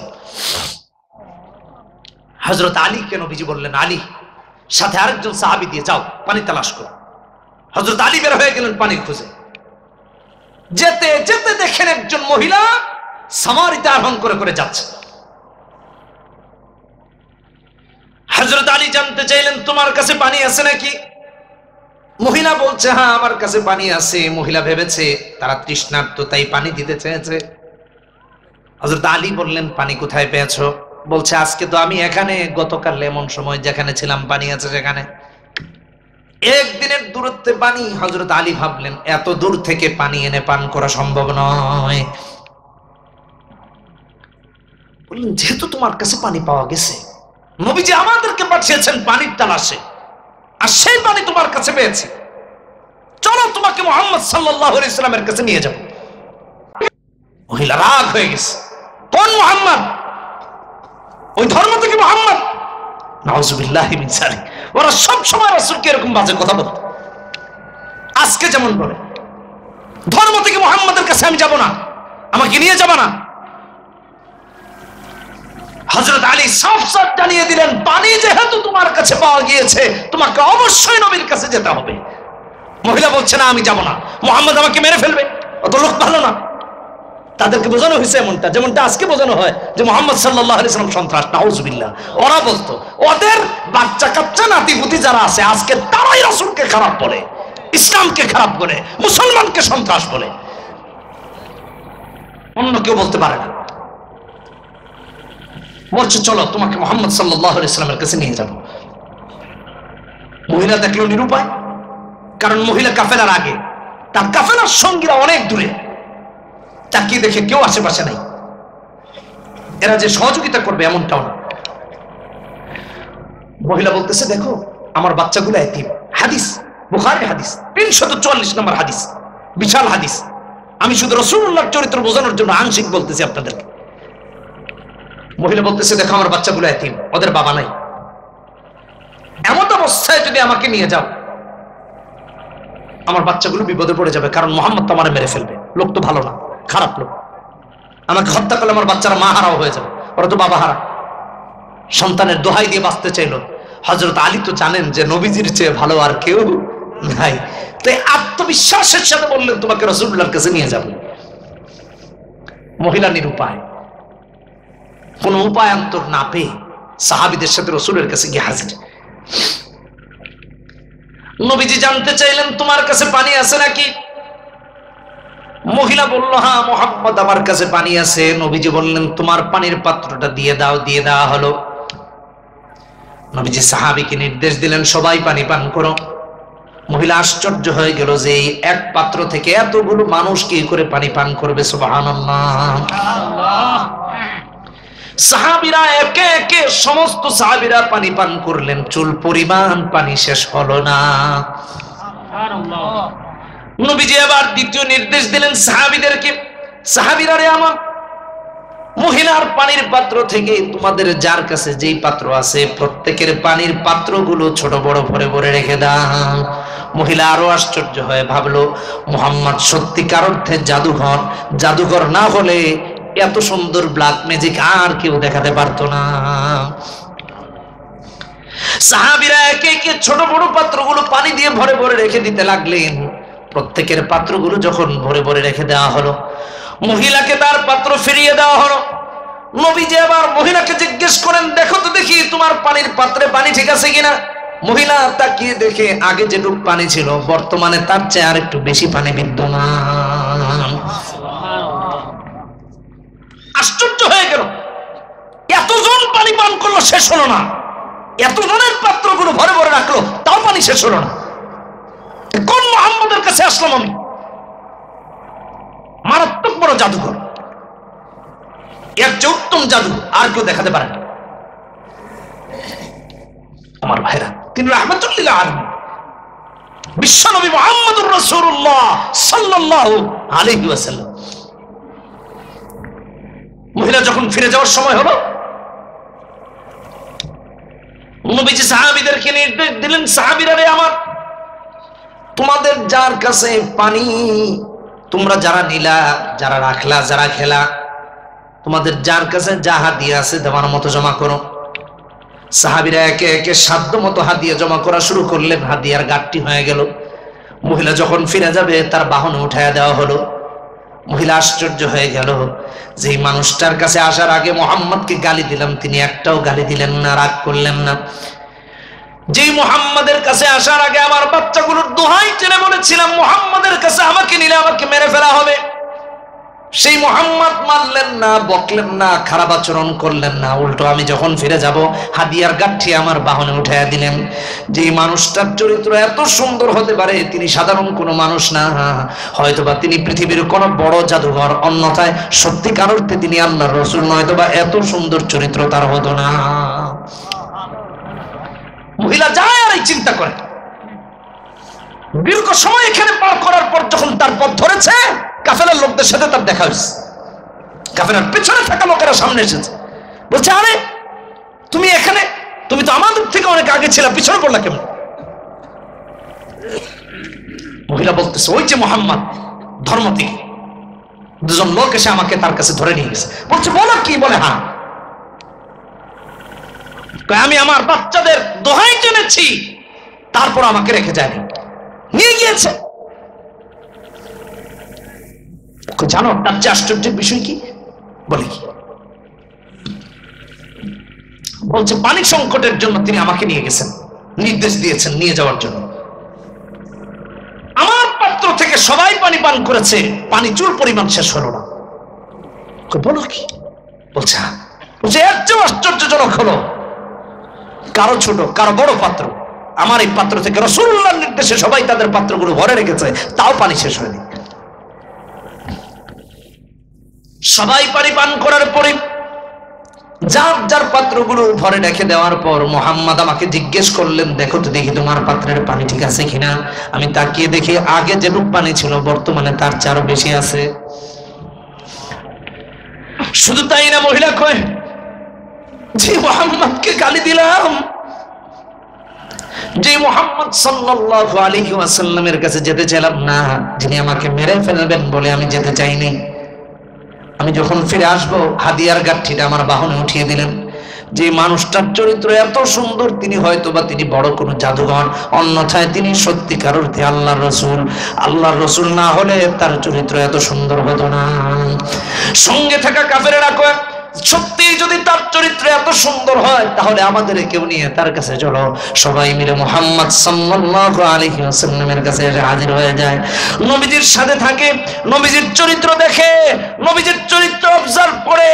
সব যখন শেষ হয়ে যায় সবাই মিলে কয়, মুহাম্মদ আমাদের বোঝ হয়ে গেছে তুমি আল্লাহর সত্য রাসূল। আল্লাহু আকবার। তুমি যদি আল্লাহর সত্য রাসূল না হতে এত সুন্দর চরিত্র তোমার হতো না। আমরা বুঝে গেছি তুমি মুহাম্মাদুর রাসূলুল্লাহ। এখনই আমাদেরকে কালিমা পড়ায় দাও। নবীজি বলেন, পড়ো লা ইলাহা ইল্লাল্লাহু মুহাম্মাদুর রাসূলুল্লাহ সাল্লাল্লাহু আলাইহি ওয়াসাল্লাম। আমার ভাইরা, দূর থেকে যারা রাসূলকে সন্ত্রাস বলেছে, দূর থেকে যারা রাসূলকে জাদুঘর বলেছে, দূর থেকে যারা রাসূলকে বিভ্রান্ত বলেছে, দূর থেকে যারা বলেছে মুহাম্মাদের কাছে গেলে তাদেরকে মেরে ফেলা হবে, আমি দায়িত্ব নিয়ে বলছি, যারা আজকে মুসলিমদেরকে সন্ত্রাস বলো, ইসলামকে সন্ত্রাস বলো, আলেমদেরকে জঙ্গি বলো, তোমরা আলেমদের কাছে আসো, ইসলামের কাছে আসো, কালেমা পড়তে বাধ্য হয়ে যাবা। ইসলাম এত সুন্দর, কথা বলো মুসলমানেরা, ঠিক কিনা বেটি? হ্যাঁ, ইসলাম এত সুন্দর। আমি যদি ছোট্ট তো চারটা দৃষ্টান্ত দিই, ফিলিস্তিন আর ইসরায়েল। ফিলিস্তিনের উপর বছরের পর বছর জুলুম নির্যাতন করছে ইসরায়েল। যদি ফিলিস্তিন যেদিন ঢুকেছিল হামাস ইসরায়েলে, চাইলে 2, 4, 5, 10 হাজার ফেলে দিতে পারতো না? হ্যাঁ, সাধারণ মানুষকে আক্রমণ করে নেই। যুদ্ধ বন্দী যাদেরকে করেছে তাদের সাথে কি আচরণ করেছে সারা পৃথিবী দেখেছে। এই ভিডিও আন্তর্জাতিক গণমাধ্যম থেকে জাতীয় গণমাধ্যম সব জায়গায় আছে। হাসি মুখে তারা বিদায় নিয়ে যাচ্ছে। এক মা বিবৃতি দিলেন, হামাসের কাছে আমার সন্তান রানীর মতো ছিল। আরেক বোন বিবৃতি দিলেন, হামাস নিজে না খেয়ে খাদ্য সংকটে আমাদেরকে না খাওয়ায় রাখে নাই। আরেকটা ভিডিও, প্রথম 2জন না 3জনকে যে তারা মুক্তি দিল চিকিৎসা না থাকায়, সারা পৃথিবীতে আলোড়ন সৃষ্টি করেছে যে ইসলাম কি সুন্দর। সুবহানাল্লাহ। এত সুন্দর আচরণ যুদ্ধের মাঝেও কেন? তার উসওয়া হাসানাকে অনুসরণ করেছে, নবীজির চরিত্র ধারণ করেছে, তাই সারা পৃথিবী দেখেছে। কাফেররা ইসলাম গ্রহণ করেছে, এটা তো স্বাভাবিক। আপনারা 2 দিন আগে দেখেন, মার্কিন বিমান বাহিনীর একজন সদস্য নিজের গায়ে আগুন দিয়ে আত্মহত্যা করেছে আর বলেছে ফিলিস্তিনের স্বাধীনতা চাই। সারা পৃথিবী দেখেছে। আপনি এর চেয়ে ঈমান আনা, এটা তো হালকা বেঁচে আছে। আর মুসলমানদের উপরে জুলুম, অবিচার, নির্যাতন দেখে একজন কাফের হয়ে নিজের শরীরে আগুন লাগিয়ে চলে গিয়েছে। এর চেয়ে আশ্চর্যজনক কি হতে পারে? আপনারা জার্মানে দেখুন, খোদ ইসরায়েলে দেখুন, আমেরিকাতে দেখুন, লন্ডনে দেখুন, অসংখ্য মুসলিমরা মুসলমানদের পক্ষ নিয়ে আন্দোলন করতেছে ইসলামের চরিত্র দেখে। ওরা জানে মুসলমানেরা সন্ত্রাসী নয়, বরং মুসলমানেরা সন্ত্রাসীদের চোখের অশান্তির কারণ, আর কিছু নয়। সন্ত্রাসীরা মুসলমানদের রক্তে গোটা পৃথিবীতে সন্ত্রাস চালাচ্ছে। ইসলামের চেয়ে সুন্দর আর কিছু নাই। আমার কলিজার টুকরা যুবক ভাইয়েরা, আজ থেকে দাওয়া করো, ইহুদি নাসারাদের চরিত্র ধারণ করবা না, নবীজির চরিত্র ধারণ করবা। নামাজ বাদ দিবা না, কোরআন তেলাওয়াত বাদ দিবা না, আপাতমস্তককে রাসূলের সুন্নাত দিয়ে সাজাতে হবে। লাকাদ কানা লাকুম ফি রাসূলিল্লাহি উসওয়াতুন হাসানাহ। নবীজির চরিত্রের যে উত্তম চরিত্র আর কারো হতেই পারে না। মনে থাকবে না ইনশাআল্লাহ? করবো তো ইনশাআল্লাহ, আপাতমস্তককে সাজাবো তো ইনশাআল্লাহ। এই দাওয়াতটা মাথায় রেখেন, খালি দেখবেন সব ঠিক হয়ে গেছে। কেন রাহমাতুল লিল আলামিনের চরিত্র এত সুন্দর কেন ধারণ করব? আমি আরেকটা হাদিস শুনাই আপনাদেরকে। তাম পৃথিবীবাসীর সামনে এই হাদিসটা যদি আপনি উপস্থাপন করেন, এর চেয়ে সুন্দর দৃষ্টান্ত পৃথিবীর কোথাও নাই, কোথাও নাই পৃথিবীর। মুসলিম শরীফের হাদিস, 5480 নম্বর হাদিস, বিশাল হাদিস। একজন মেহমান এসেছেন রাসূলুল্লাহর কাছে, এসে বললেন, মুহাম্মদ আমি ক্ষুধার্ত, খাবার খাও। নবীজি মেহমানের খাবারের জন্য স্ত্রীদের কাছে খবর পাঠালেন। এক স্ত্রীর ঘরে খাবার নেই। ভালো করে শুনেন, আমরা গরিব হলে মন নষ্ট করি না ভাইরা আমার। দারিদ্রতা জান্নাতে যাওয়ার ক্ষেত্রে কোন ধরনের কোন প্রতিবন্ধকতা নয়। গরিব হলে জান্নাতে যেতে পারবে না, এটা হতেই পারে না। আমি ছোট্ট একটা দৃষ্টান্ত দিই। সফল বিফল অথবা জান্নাতি জাহান্নামী, এই বিবেচনায় মানুষ 4 ভাগে বিভক্ত। কয় ভাগে? কয় ভাগে? সবাইকে বুঝতে হবে, আগে বলছি বাস বোঝা লাগবে। কয় ভাগে বিভক্ত? 4 ভাগে। 1, দুনিয়াতে সফল, আখিরাতেও সফল। ভালো করে মাথায় রেখেন, দুনিয়ায় সফল, আখিরাতেও সফল। দুনিয়ায় বিফল, আখিরাতেও বিফল। বিফল, দুনিয়ায় বিফল, আখিরাতেও বিফল, মানে 2 জায়গায় বিফল, ক্ষতিগ্রস্ত। দুনিয়াতে সফল, আখিরাতে বিফল। দুনিয়াতে বিফল, আখিরাতে সফল। এই 4 শ্রেণীর বাইরে কেউ নয়। দুনিয়ায় সফল, আখিরাতে সফল কেমনে? আল্লাহ দুনিয়াতে বাড়ি, গাড়ি, নারী সব দিয়েছেন, অর্থ করি। এমন অবস্থায় সে আল্লাহকে ভুলে যায়নি। যাকাত দিয়েছে, সদকা করেছে, আত্মীয় স্বজনের খোঁজ রেখেছে, প্রতিবেশীর খোঁজ রেখেছে, আল্লাহকে ভুলে যায়নি। কোরআন সুন্নাহ মোতাবেক চলেছে। আল্লাহ কই, তুমি অর্থ করি সব পেয়ে দুনিয়ায় সফল, আখিরাতেও সফল। আখিরাতে সফল হয়েছে দুনিয়া পেয়ে আমাকে না ভুলার কারণে, আমার নির্দেশ মানার কারণে। আচ্ছা গেল, দুনিয়ায় বিফল, আখিরাতেও বিফল। ভালো করে বোঝেন, দুনিয়াতে টাকা পয়সা নাই, চিন্তা করছে টাকা পয়সা নাই, ভিক্ষা করে খাই। ভিক্ষা করতে গিয়ে মসজিদের গেটে বসা নিয়ে মারামারি করছে, নামাজও পড়েন। আছে না নাই? কথা বলেন না কেন? আমার মসজিদে, জুমার মসজিদে প্রতি জুমায় বের হয়ে দিয়ে ঝগড়া করে জায়গা নিয়ে। আমি আগে বসবো, এখন আমি আগে বসবো, একটা আরেকটা লাঠি নিয়ে দৌড়ে যায়। কি ধাঙ্গর মার্কা দেখেন, নামাজে যায় না। মসজিদের গেটে কোনটা আগে বসবে, কোনটা পরে বসবে, এটা নিয়ে মারামারি। মাঝে মাঝে জিজ্ঞেস করি নামাজ পড়ছে নাকি, কিচ্ছু কয় না, হাসে। চোরের নামাজ পড়ে।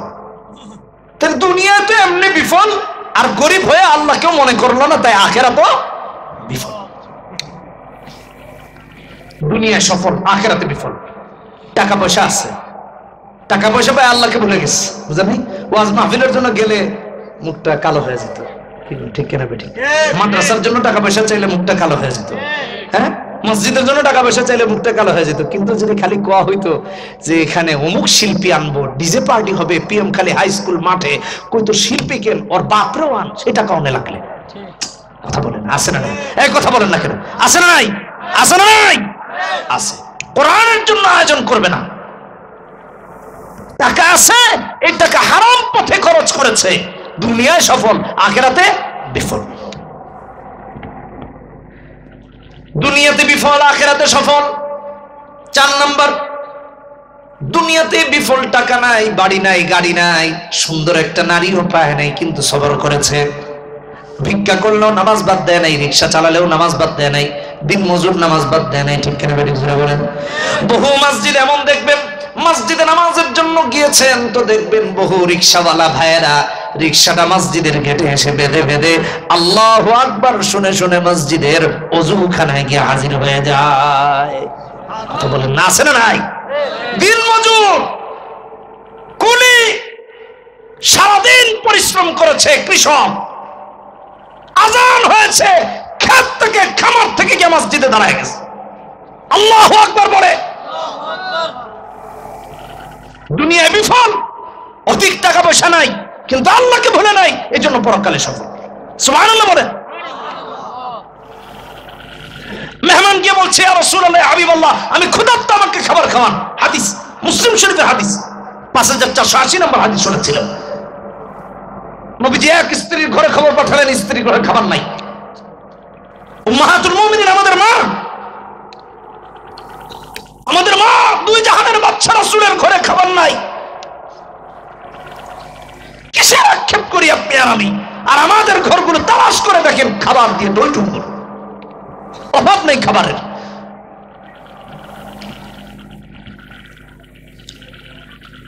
আর আরেকজন স্ত্রীর ঘরে খবর পাঠালেন, তিনিও বললেন ইয়া রাসূলুল্লাহ হাবিবাল্লাহ, আমার বাবা মা আপনার জন্য কুরবান হন, ঘরে খাবারের কিছু নাই।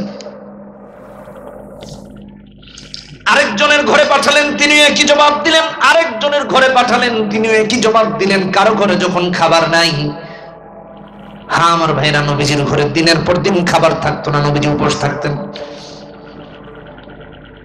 ছোট্ট একটা দৃষ্টান্ত দিয়ে খুতবাতে জুলফিকার, ফকিরে জুলফিকার নকশবন্দি খুবই সুন্দর করে লিখেছেন, ভালো করে মনোযোগ দিয়ে শুনেন। হযরত আলী, ফাতেমা, হাসান, হুসাইন রিদওয়ানুল্লাহি তাআলা আলাইহিম আজমাইন কয়েকদিন না খাওয়া। হযরত আলী বের হয়েছেন খাবারের সন্ধানে, খাবার অন্বেষণ করলেন। এই সমস্ত জিনিস দিয়ে 5-5টি রুটি হয়েছে। একজন সায়েল এসে খাবার যখন চেয়েছে, একটা তারে দিয়ে দিয়েছেন, আর 4 জন 4টা ভাগ করে নিয়েছেন। আলীর ভাগে 1 রুটি, হাসানের ভাগে 1 রুটি, হুসাইনের ভাগে 1 রুটি, ফাতিমার ভাগে 1 রুটি রিদওয়ানুল্লাহি তাআলা আলাইহিম আজমাইন। হাসান হাসানেরটা খেয়ে ফেলেছেন, হুসাইন হুসাইনেরটা খেয়ে ফেলেছেন, আলী আলীরটা খেয়ে ফেলেছেন। ফাতিমা রাদিয়াল্লাহু তাআলা আনহা যখন তারটা খাবেন, বাবার কথা মনে পড়ে গেছে, কারণ মেয়ে হয়ে জানে বাবার ঘরে খাবার থাকতো না। ঠিক কেন মেরে বলেন, একটু খান আর চিন্তা করেন, আহারে না জানি আমার বাবার ঘরে খাবার আছে কিনা, না জানি আমার বাবা কয়দিন না খেয়ে আছেন। একটু খান তো আবার চিন্তা করেন, আবার খান তো আবার চিন্তা করেন। এমন করতে করতে অর্ধেক রুটি খেয়ে বাকি অর্ধেকটা কাপড়ের আড়ালে করে রাসূলুল্লাহর দরবারে গিয়ে হাজির হয়ে গেলেন। আসসালামু আলাইকা ইয়া রাসূলুল্লাহ, আসসালামু আলাইকা ইয়া হাবিবাল্লাহ, আব্বা জান আপনার কাছে এসেছি। নবীজি জানতে চাইলেন, মারে হঠাৎ করে তুমি আসলা, এই সময় তো তোমার আসার কোনো কথা না, তুমি কেন এসেছো? এবার মুহাম্মদ সাল্লাল্লাহু আলাইহি ওয়াসাল্লামকে হযরত ফাতিমা বলেন, আব্বা জান কয়েকদিন যাবত না খাওয়া ছিলাম, হযরত আলী সামান্য খাবার এনেছেন। একজন এসে খাবার চেয়েছে, খাবার দিয়ে দেওয়া হয়েছে 1টা রুটি, আর বাকি 4টা আমার ভাগে 1টা, আলীর ভাগে 1টা, হাসানের ভাগে 1টা, হুসাইনের ভাগে 1টা। আব্বাজান হাসান হাসানেরটা খেয়ে ফেলেছে, হুসাইন হুসাইনেরটা খেয়ে ফেলেছে, আলী আলীরটা খেয়ে ফেলেছে। আমি যখন আমারটা খাই আপনার কথা মনে পড়ে গেছে, তাই দৌড়ে আসছি। নবীজি জানতে চান, মারে তোমার কাপড়ের আড়ালে কি লুকিয়ে রেখেছো? হযরত ফাতিমা বলে, বাবা ওই যে রুটি আমি খাচ্ছিলাম, আমার ভাগের অর্ধেকটা খেয়ে বাকি অর্ধেকটা লুকিয়ে লুকিয়ে নিয়ে আপনার কাছে চলে এসেছি। নবীজি ডাকে বলে, ফাতিমা তোমার বাবা 1 দিন না 2 দিন না 3 দিন যাবত না খাওয়া।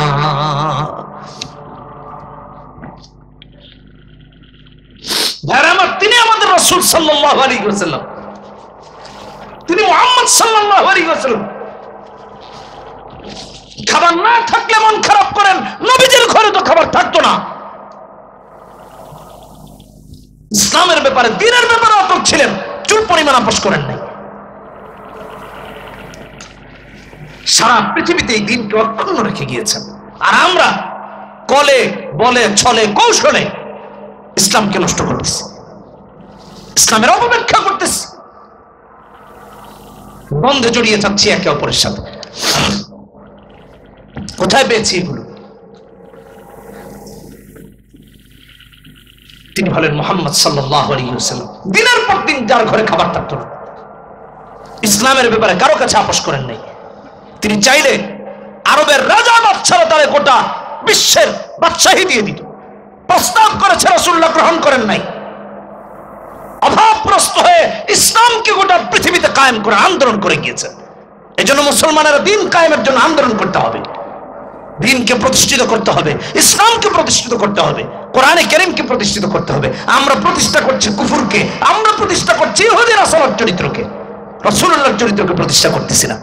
এই জীবন পরিবর্তনের আজকের মাহফিল, আজকের তাফসীর। নবীজি এবার সাহাবীদেরকে বলছেন, সাহাবীরা আমার, তোমার মাঝে থেকে, যেহেতু রাসূলুল্লাহর ঘরে কোনো খাবার নাই, সবার ঘর চেক করা শেষ, সাহাবীদেরকে ডেকে বললেন, সাহাবীরা আমার, তোমাদের মাঝে থেকে যে আমার এই মেহমানকে মেহমানদারি করাবা, আল্লাহর রহমতের ব্যাপারে আমি মুহাম্মদ তার জন্য জামিনদার হয়ে যাব। সুবহানাল্লাহ, জোরে বলেন না, জোরে বলেন না সুবহানাল্লাহ। আমি রাসূল তার জন্য জামিনদার হব। আল্লাহু আকবার।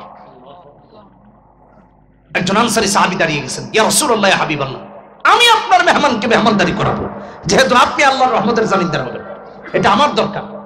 কারণ রাসূল যার জন্য আল্লাহর রহমতের জামিনদার হবেন, সে তো আল্লাহর জান্নাতি নিশ্চিতভাবে। কথা বলেন ঠিক কিনা বেঠিক?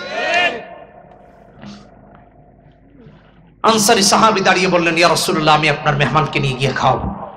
মেহমানকে নিয়ে বাড়িতে গেলেন, স্ত্রীকে ডাকতেছেন, স্ত্রী জবাব দিলেন। স্বামী সাহাবী স্ত্রীকে ডেকে বলতেছেন, একজন মেহমান নিয়ে এসেছি, ঘরে খাবারের কি আছে? স্ত্রী ডেকে বলতেছে, বাচ্চাগুলো সারাদিন না খাওয়া,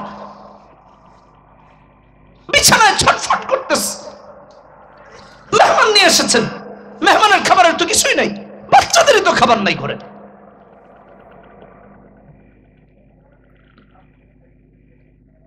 স্ত্রী সাহাবিয়া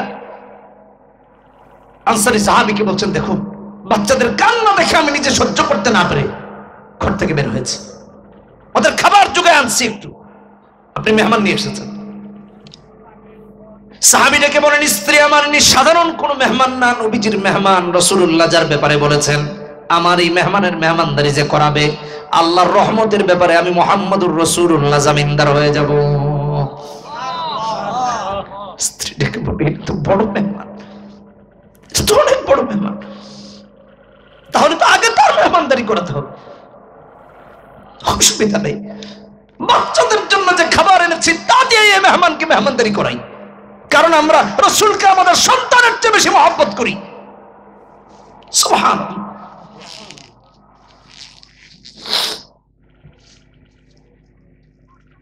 বাচ্চাদের খাবার দিয়ে মেহমানকে কিভাবে মেহমানদারি করাবেন? সামান্য খাবার। স্ত্রী বলতেছেন, বাচ্চাগুলো কাঁদতে কাঁদতে ওদের শরীর দুর্বল হয়ে যাবে, ওরা ঘুমায় পড়বে। আপনি দেখবেন বাচ্চারা যখন লাগাতার কাঁদতে থাকে এক পর্যায়ে ঘুমায় যায়, কাঁদতে কাঁদতে ঘুমায় যায়, দুর্বল হয়ে যায়। সায়েন্সও এটা বলে, বিজ্ঞানও এটা বলে, মেডিকেল সায়েন্স। কান্না করে শরীর দুর্বল হয়, আপনি একটু কাঁদেন, দেখবেন আপনার শরীর কিছুটা হলেও দুর্বল হবে। কাঁদতে কাঁদতে ঘুমিয়ে পড়েছে। ক্ষুধার্ত বাচ্চাদেরকে সারাদিন না খাওয়া, উপোস থাকা অবস্থায় রাসূলকে কতটা ভালোবাসতে রাসূলের মেহমানকে মেহমানদারি করাবে, বাচ্চাদেরকে না খাওয়ায়। একজন মা তার সন্তানকে কত ভালোবাসেন এটা মা না হলে বোঝা যাবে না। একজন বাবা তার ছেলে মেয়েকে কতটা ভালোবাসেন, যে বাবা না হয়েছে বুঝবে না। আপনি এখানে জিজ্ঞেস করে দেখেন, যে বাবা না হয়েছে বুঝবে না। আমাদের এই সমাজে বহু মানুষ সন্তানের মুখে দুমুঠো খাবার তুলে দেওয়ার জন্য চুরি করে, ডাকাতি করে, মসজিদে গিয়ে জুতা চুরি করে মার খায়, 20 টাকার জুতা চুরি করে 2000 টাকার মার খায়। আর বড় বড় চোরেরা হাজার হাজার কোটি টাকা দেশের পাচার করে, ওরা ধরাও খায় না।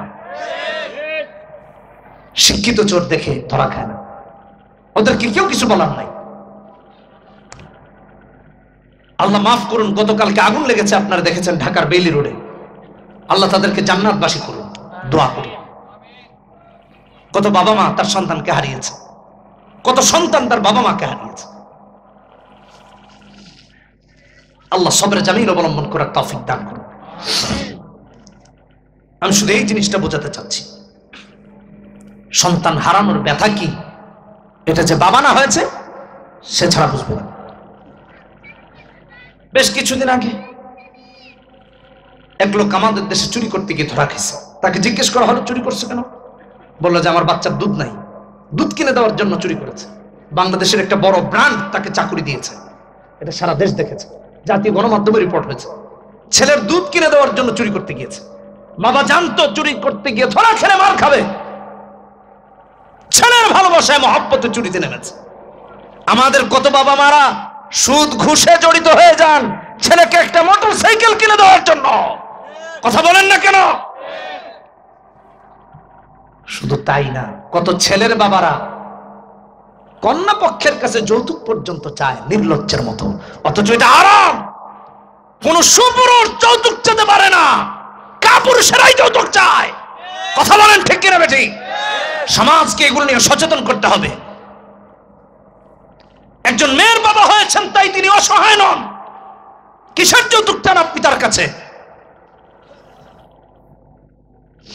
বরং তাকে মর্যাদা দিয়ে ঘরে আনেন। ভাইরা আমার, যে কথা বলতেছিলাম, বাবার কাছে তার সন্তান এত প্রিয়, মায়ের কাছে তার সন্তান এত প্রিয়, সন্তানকে মৃত্যুর মুখে ঠেলে দিয়ে রাসূলের সম্মান রক্ষা করতে চেয়েছেন, রাসূলের ভালোবাসা জাহির করেছেন আমাদের কাছে। স্বামী আর স্ত্রী মিলে যুক্তি করলেন, কই দেখো, মেহমান যদি দেখে তুমিও খাও না আমিও খাই না, তাহলে তো মেহমান খেতে বলবে, খাবে না, সৌজন্যতা বল। আর এই সামান্য খাবার থেকে যদি তুমিও খাও আমিও খাই দেবো, খাবে কি? স্বামী স্ত্রী মিলে যুক্তি করেছে, কই দেখো এক কাজ করো, বাতি সমস্যা হয়েছে বুঝে তুমি বাতি বন্ধ করে দিবা, মেহমান ভাববে বাতিতে কোনো সমস্যা হয়েছে, বাতিটা বন্ধ হয়ে যাবে, তুমিও মুখ নাড়াবা আমিও মুখ নাড়াবো, আর মেহমান খাবে। সুবহানাল্লাহ। নবীজির মেহমানের গুরুত্ব কত বেশি দিয়েছেন, রাসূলকে খুশি করতে কত চেষ্টা তারা করেছেন, চিন্তা করেন। যেমন চিন্তা তেমন কাজ। এমন করে যখন মেহমানকে খাইয়ে বিদায় দিলেন, মেহমান তো চলে গেল, মেহমানদারি শেষে সাহাবীর সাথে নবীজির যখন পরবর্তীতে দেখা হয়, রাহমাতুল লিল আলামিন নবী সাহাবীকে ডেকে বলেন, সাহাবীরা আমার, হাদিসের মধ্যে এসেছে 5480 নম্বর হাদিস মুসলিমের, قد عجب الله من صنيعكما بضيفكما الليلة, তোমার আর তোমার স্ত্রীর মেহমানদারি দেখে স্বয়ং আমার আল্লাহ তোমাদের উপর খুশি হয়ে গেছে। জোরে বলি আল্লাহু আকবার। রাসূলুল্লাহ এই জন্য বলেছেন, বুখারীর হাদিস 14 নম্বর হাদিস, লা ইউমিনু আহাদুকুম হাত্তা আকুনা আহাব্বা ইলাইহি মিন ওয়ালিদিহি ওয়া ওয়ালাদিহি ওয়ান নাসি আজমাইন। যতক্ষণ বাবার চেয়ে বেশি নবীকে ভালো না বাসা যায়, মায়ের চেয়ে বেশি নবীকে ভালো না বাসা যায়, সন্তানের চেয়ে বেশি নবীকে ভালো না বাসা যায়, তাম পৃথিবীর নেতা খেতা যা আছে সবার চেয়ে বেশি নবীকে ভালো না বাসা যায়, ততক্ষণ পর্যন্ত পরিপূর্ণ মুমিন হওয়া যায় না। ভালো করে মনে রাখুন, সহিহ হাদিস, বুখারীর হাদিস, কিতাবুল ঈমানের হাদিস। কোথায় আপনি আর আমি জড়িয়ে গিয়েছি, কোথায় নিজের ঈমানকে বিলীন করে দিচ্ছি। নবীকে ভালোবাসলে আপাদমস্তকে রাসূলুল্লাহ সুন্নাত থাকবে। কথা বলেন ঠিক কেন বেঠিক? সুন্নাত থাকবে। নবীকে গালি দিলে খারাপ লাগবে, আমাদের বাপ বাবাকে গালি দিলে আমাদের খারাপ লাগে না? তো আমার রাসূলকে গালি দিলে কেন খারাপ লাগবে না? এটা বেঈমানের আলামত, এটা মুনাফিকের আলামত। যতদিন বেঁচে থাকবো নবীকে ভালোবাসবো। রাজি আছেন? কে কে রাজি আছে? হাত তুলে দেখা নেই। মাশাআল্লাহ। বলি হে আল্লাহ, ওয়াদা করতেছি যতদিন বেঁচে থাকবো কোরআন সুন্নাহ মেনে চলবো। হে আল্লাহ, আমাদের এই ওয়াদা মৃত্যু পর্যন্ত বাস্তবায়ন করার তৌফিক দান করুন। বলি আমিন। আরো জোরে বলি আমিন। হাত নামাই। মনে থাকবে তো ইনশাআল্লাহ? ফজর জামাতে হবে তো ইনশাআল্লাহ? নাকি বাদ? হুজুর সারা রাত তো ওয়াজ শুনছি। খবরদার, এই ওয়াজই এতক্ষণ হয়েছে নিজের আমল পরিবর্তনের, কোরআন সুন্নাহকে অনুসরণের। আমার কলিজার টুকরা যুবকরা যে সমাজের ঠিক হয়ে যাবে, পুরো সমাজ ঠিক হয়ে যাবে, এটা দৃঢ় বিশ্বাসের। এই জন্য 12টা বাজতে আর মাত্র কয়েক মিনিট বাকি আছে। মুনাজাত দিলে 12টা অতিক্রম হয়ে যাবে। আমাদের জন্য ফজর মিস না হয়, এক ওয়াক্ত নামাজ যেন মিস না হয়। শুধু পণ্য বর্জন নয়, কোরআনের উপর আঘাত করে যারা, কোরআনের উপর আঘাত করে যারা, আমাদের কলিজার টুকরা রাসূলুল্লাহর উপর আঘাত করে, ইজ্জতের উপর আঘাত করে, তাদের কালচার, তাদের সভ্যতা, তাদের চরিত্রকে আমরা বয়কট করতে হবে। ভালো করে মাথায় রাখুন, এটা তাদের চরিত্র বয়কট করতে হবে। ব্যক্তি জীবন থেকে পার্লামেন্ট পর্যন্ত কোরআন সুন্নাহকে কায়েম করা লাগবে। আমরা শিক্ষা নিতে পারি না। এক ভাই আমাকে বলতেছিলেন আজকে যে হুজুর একের পরে এক বড় বড় অগ্নিকুণ্ড ঘটনা ঘটতেছে, এগুলো তো গজব মনে হচ্ছে। 43 জন 46 জন, আল্লাহ তাদেরকে জান্নাত দান করুন, তাদের পরিবারকে সবরে জামিন অবলম্বন করার তৌফিক দান করুন, এর চেয়ে উত্তম জাযা আল্লাহ দান করুন। আমার দোয়া ছাড়া কিছু করার নেই। হ্যাঁ আছে, আমলকে পরিবর্তন করা। কারণ জলস্থলে যেসব আযাব আর গজব আসে, এগুলো আমাদের কৃতকর্মের কারণে আসে। আমরা যত পাপ করব, আযাব আর গজব তত ডিজিটাল হয়ে আসবে। কথা বলে না ঠিক? তত স্মার্ট হয়ে আসবে। বাংলাদেশ স্মার্ট হোক আর না হোক, কিন্তু আযাব আর গজব আসবে। আপনার আমার পাপ যত স্মার্ট হবে, আযাব আর গজব তত স্মার্ট হবে। কথা বলেন ঠিক কিনা বেটি? প্রত্যেক যুগে যুগে আল্লাহ তাআলা আযাব আর গজব নাযিল করেছিলেন। আল্লাহ এই জন্য আমাদেরকে সাবধান করেছেন। বলবেন যে হুজুর এটা কোথায় পেলেন?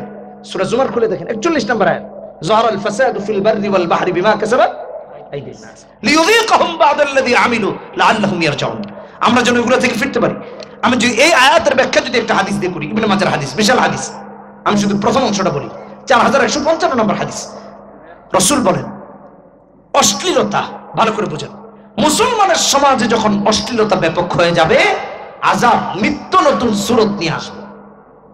যে আযাবের কথা না আপনি শুনেছেন, না আপনার বাবা মা শুনছে, যেমন করোনা, নাম শুনছেন জীবনে?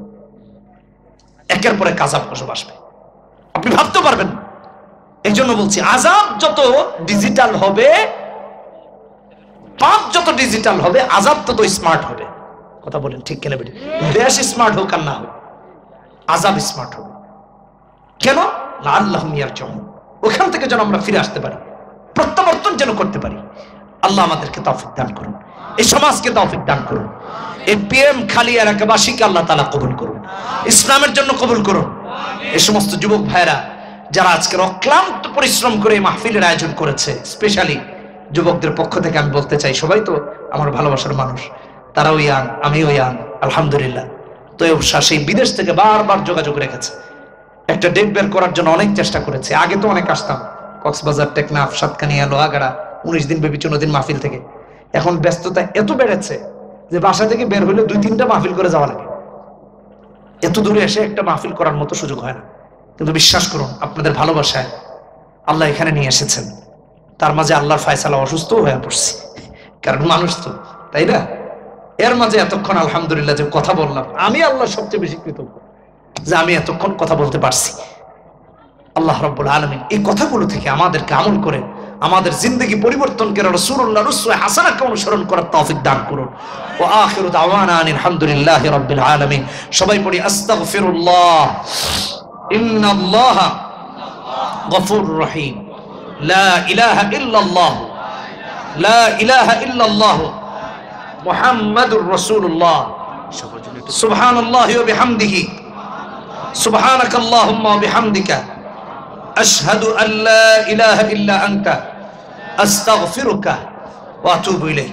আমার ভাইরা, প্রবাসী যারা আছেন, বিশেষ করে সৌদি প্রবাসী বা অন্যান্য দেশে যারা প্রবাসী আছেন, তারা অনেক কষ্ট করে থাকেন, রক্ত পানি করা অর্থ দিয়ে ইসলামের জন্য মাহফিল, তাফসির, মাদ্রাসা, মসজিদের জন্য সাহায্য করেন। প্রবাসে আল্লাহ তাআলা বিভিন্ন দেশে নিয়েছেন, দেখেছি কত কষ্ট তাদের, পরিবার থেকে দূরে, বাচ্চা কাচ্চা থেকে দূরে। আল্লাহ আমাদের প্রবাসী ভাইদের উপর খাস রহমত নাজিল করুন। যারা বিপদে আছে বিদেশের মাটিতে, আল্লাহ তাদের সমস্ত বিপদ দূর করে দিন, রহমতের ছায়া আবৃত করে দিন, বলি আমিন। অর্থ দিয়ে, পরিশ্রম দিয়ে, পারমিশন দিয়ে, নেতৃবৃন্দ থেকে এ পর্যন্ত যারা এ মাহফিলে তাফসীরটাকে প্রতিষ্ঠিত করার জন্য সাহায্য করেছেন, এমনকি আপনারা এখানে সবাই না আসলেও মাহফিলটা সুন্দর হতো না। আপনাদের প্রতিটা কদম ফেলে ফেলে যারা এখানে এসেছেন, আল্লাহ আপনাদের প্রতিটা কদমকে কবুল করুন, জান্নাতের কারণ বানিয়ে দিন। সবাই বলি আমিন, সবাই বলি আমিন। দুরূদ শরীফ পড়ি। আল্লাহুম্মা সাল্লি আলা মুহাম্মাদ ওয়া আলা আলি মুহাম্মাদ কামা সাল্লাইতা আলা ইব্রাহিম ওয়া আলা আলি ইব্রাহিম ইন্নাকা হামিদুম মাজিদ। আল্লাহুম্মা বারিক আলা মুহাম্মাদ ওয়া আলা আলি মুহাম্মাদ কামা বারাকতা আলা ইব্রাহিম ওয়া আলা আলি ইব্রাহিম ইন্নাকা হামিদুম মাজিদ। আমাদের যুবক ভাইদের জন্য স্পেশালি দোয়া করবেন আপনারা সবাই যারা আছেন। আর এই এলাকা থেকে যারা কবরস্থ হয়ে গেছেন, আমরা আজকে আছি, এমন আছে আগামী বছর নাও থাকতে পারে। বিশ্বাস করুন, এই করোনার পর থেকে যুবক ভাইয়েরা এত অবিশ্বাসযোগ্য ভাবে মারা যাচ্ছে, আপনি কল্পনা করতে পারবেন। যুবকরা স্ট্রোক করে মারা যাচ্ছে, কোন রোগ ব্যাধি নেই, ভালো মানুষ মারা যাচ্ছে, হসপিটালে নেওয়ার আগে মারা যাচ্ছে। আল্লাহ তাআলা আমাদেরকে হেফাজত করুন। এই এলাকা থেকে যারা কবরবাসী হয়ে গেছে, আল্লাহ সবাইকে মাফ করে জান্নাতবাসী বানিয়ে দিন। আমাদের মা বোনদের জন্য দোয়া করবেন। প্রতিটা ঘর যদি ইসলামের মার্কাজ হয়ে যায়, তাহলে ওই ঘর থেকে এক একজন ইসলামের বড় বড় দায়ী তৈরি হবে। কথা বলেন ঠিক কিনা বেঠিক? আল্লাহুম্মা আমিন। ربنا ظلمنا أنفسنا وإن لم تغفر لنا وترحمنا لنكونن من الخاسرين. ربنا لا تزغ قلوبنا بعد إذ هديتنا وهب لنا من لدنك رحمة إنك أنت الوهاب. ربنا هب لنا من أزواجنا وذرياتنا قرة أعين واجعلنا للمتقين إماما. ربنا لا تؤاخذنا إن نسينا أو أخطأنا. ربنا ولا تحمل علينا إصرا كما حملته على الذين من قبلنا ربنا ولا تحملنا ما لا طاقة لنا به واعف عنا واغفر لنا وارحمنا أنت مولانا فانصرنا على القوم الكافرين رب العالمين গুনাহ করতে করতে গুনাহের বোঝা মাথায় নিয়ে তোমার শাহী দরবারে হাত দুটো বাড়িয়েছি আল্লাহ রাব্বুল আলামিন আমরা যারা দুটো হাত বাড়িয়ে দিয়েছি আমাদের মাঝে থেকে কতজনের মা নাই কতজনের বাবা নাই আল্লাহ বাবা মাকে হারিয়ে এতিমের মতো তোমার দরবারে হাত তুলেছে রব্বুল আলামিন আমাদের মা বাবার কবরকে তুমি জান্নাতের বাগান বানায়া দাও আল্লাহ আমাদের মা বাবাকে তুমি জান্নাতের বাগান বানিয়ে দাও আমাদের মা বাবার কবরকে তুমি রাউদাতুম মিন রিয়াদিল জান্নাহ পরিণত করে দাও আল্লাহ এলাকা থেকে অন্যান্য যারা মারা গিয়েছেন প্রত্যেকের রূহের মাঝে আজকের মাহফিলের সওয়াব তুমি পৌঁছায়া দাও এই মাহফিলকে ওসিলা করে প্রত্যেকের কবরকে জান্নাতুল ফিরদাউসে পরিণত করে দাও আল্লাহ রাব্বুল আলামিন আমরা যারা তোমার দরবারে হাত তুলেছি আল্লাহ আমাদের গুনাহের কারণে খালি আমাদের হাত দুটো ফিরাইয়া দিও না আমাদের অপরাধের কারণে আমাদের দুটো হাত খালি ফিরাইয়া দিও না দিকে দেখে আমাদেরকে খালি ফিরাইয়া দিও না ভিক্ষুকের মতো দুটো হাত বাড়াইয়া দিলাম কবুল মঞ্জুর করে নাও জিন্দেগীর সমস্ত গুনাহ মাফ করে দাও সমস্ত পাপ মাফ করে দাও সমস্ত অপরাধ মাফ করে দাও রব্বুল আলামিন আমরা যারা হাত তুলেছি জিন্দেগীর সমস্ত গুনাহ খাতা মাফ করে দিয়া তোমার মুমিন বান্দা বান্দীদের অন্তর্ভুক্ত আমাদেরকে করে দাও আল্লাহ এই যুবকদেরকে তুমি কবুল করে নাও এলাকার যুবতী মা বোনদেরকে তুমি কবুল করে নাও আল্লাহ প্রত্যেকটা মুমিন মুমিনাকে তুমি কবুল আর মঞ্জুর করে নাও আল্লাহ জান্নাতের সর্দার হযরত হাসান আর হুসাইনের সঙ্গী তুমি বানায়া দিও হযরত ফাতেমার সঙ্গী তুমি আমাদেরকে বানায়া দিও গো আল্লাহ রব্বুল আলামিন আমরা যারা তোমার দরবারে হাত তুলেছি আল্লাহ জানি না কার হায়াত কয়দিন আছে গো আল্লাহ জানি না কার কাফনের কাপড় এই বাজারের কাফনের দোকানে চলে এসেছে গো আল্লাহ জানি না আগামী বছরের মাহফিলে কে থাকতে পারবো কে থাকতে পারবো না গো আল্লাহ আগামী বছরের মাহফিল পর্যন্ত আমাদেরকে নেক হায়াত দিয়ে দাও হায়াতে তয়্যিবা দিয়ে দাও গো আল্লাহ রব্বুল আলামিন সৌদি প্রবাসী থেকে যারা প্রবাসে আছে আল্লাহ তোমার হাওলা করে দিলাম তোমার খাস রহমতের চাদর দিয়ে তাদেরকে আবৃত করে নাও পরিবার পরিজনকে ধৈর্য ধারণ করার তৌফিক দিয়ে দাও সবরে জামিল অবলম্বন করার তৌফিক দিয়ে দাও আল্লাহ যারা বিবাহ শাদী করেছে স্বামী স্ত্রীর মাঝে জোড়মিল মহব্বত পয়দা করে দাও আল্লাহ রব্বুল আলামিন যে সমস্ত যুবক যুবতীরা বিবাহের উপযুক্ত হয়ে গেছে আল্লাহ নেককার পাত্র পাত্রীর ব্যবস্থা তোমার গায়বী খাজানা থেকে তুমি করে দাও আল্লাহ আল্লাহ রব্বুল আলামিন এই যুবকদেরকে ইসলামের জন্য কবুল করো এই যুবতী মা বোনদেরকে ইসলামের জন্য কবুল করো আল্লাহ আয় আল্লাহ এলাকার শিশুদেরকে ইসলামের জন্য কবুল করো কিশোরদেরকে ইসলামের জন্য কবুল করো যুবকদেরকে ইসলামের জন্য কবুল করো আল্লাহ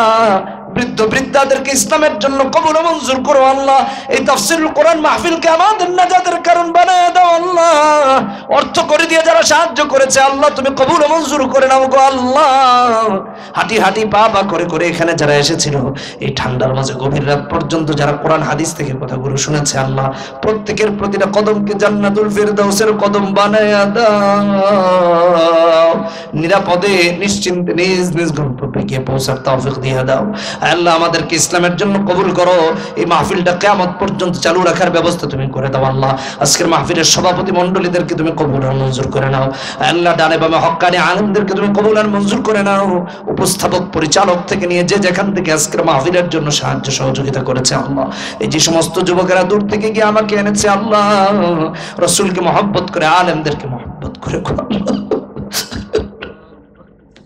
যারা নবীর ওয়ারিস হওয়ার কারণে হক্কানি আলেমদেরকে মহব্বত করে আল্লাহ কিয়ামতের ময়দানে রাসূলুল্লাহর শাফাআত লাভ করার তৌফিক তাদেরকে দিয়ে দিও আল্লাহ জান্নাতুল ফিরদাউস দ্বারা সম্মানিত করে দিও গো আল্লাহ মুসাফির মানুষ আল্লাহ যা যা দোয়া করেছি সমস্ত নেক দোয়াগুলো তুমি আমাদের কবুল মঞ্জুর করো আল্লাহ যারা হাত পেতে রেখেছি আমাদের যার মনে যেই নেক উদ্দেশ্য আছে তুমি ভালো জানো, নেক উদ্দেশ্যগুলোকে তুমি কবুল আর মঞ্জুর করে নাও।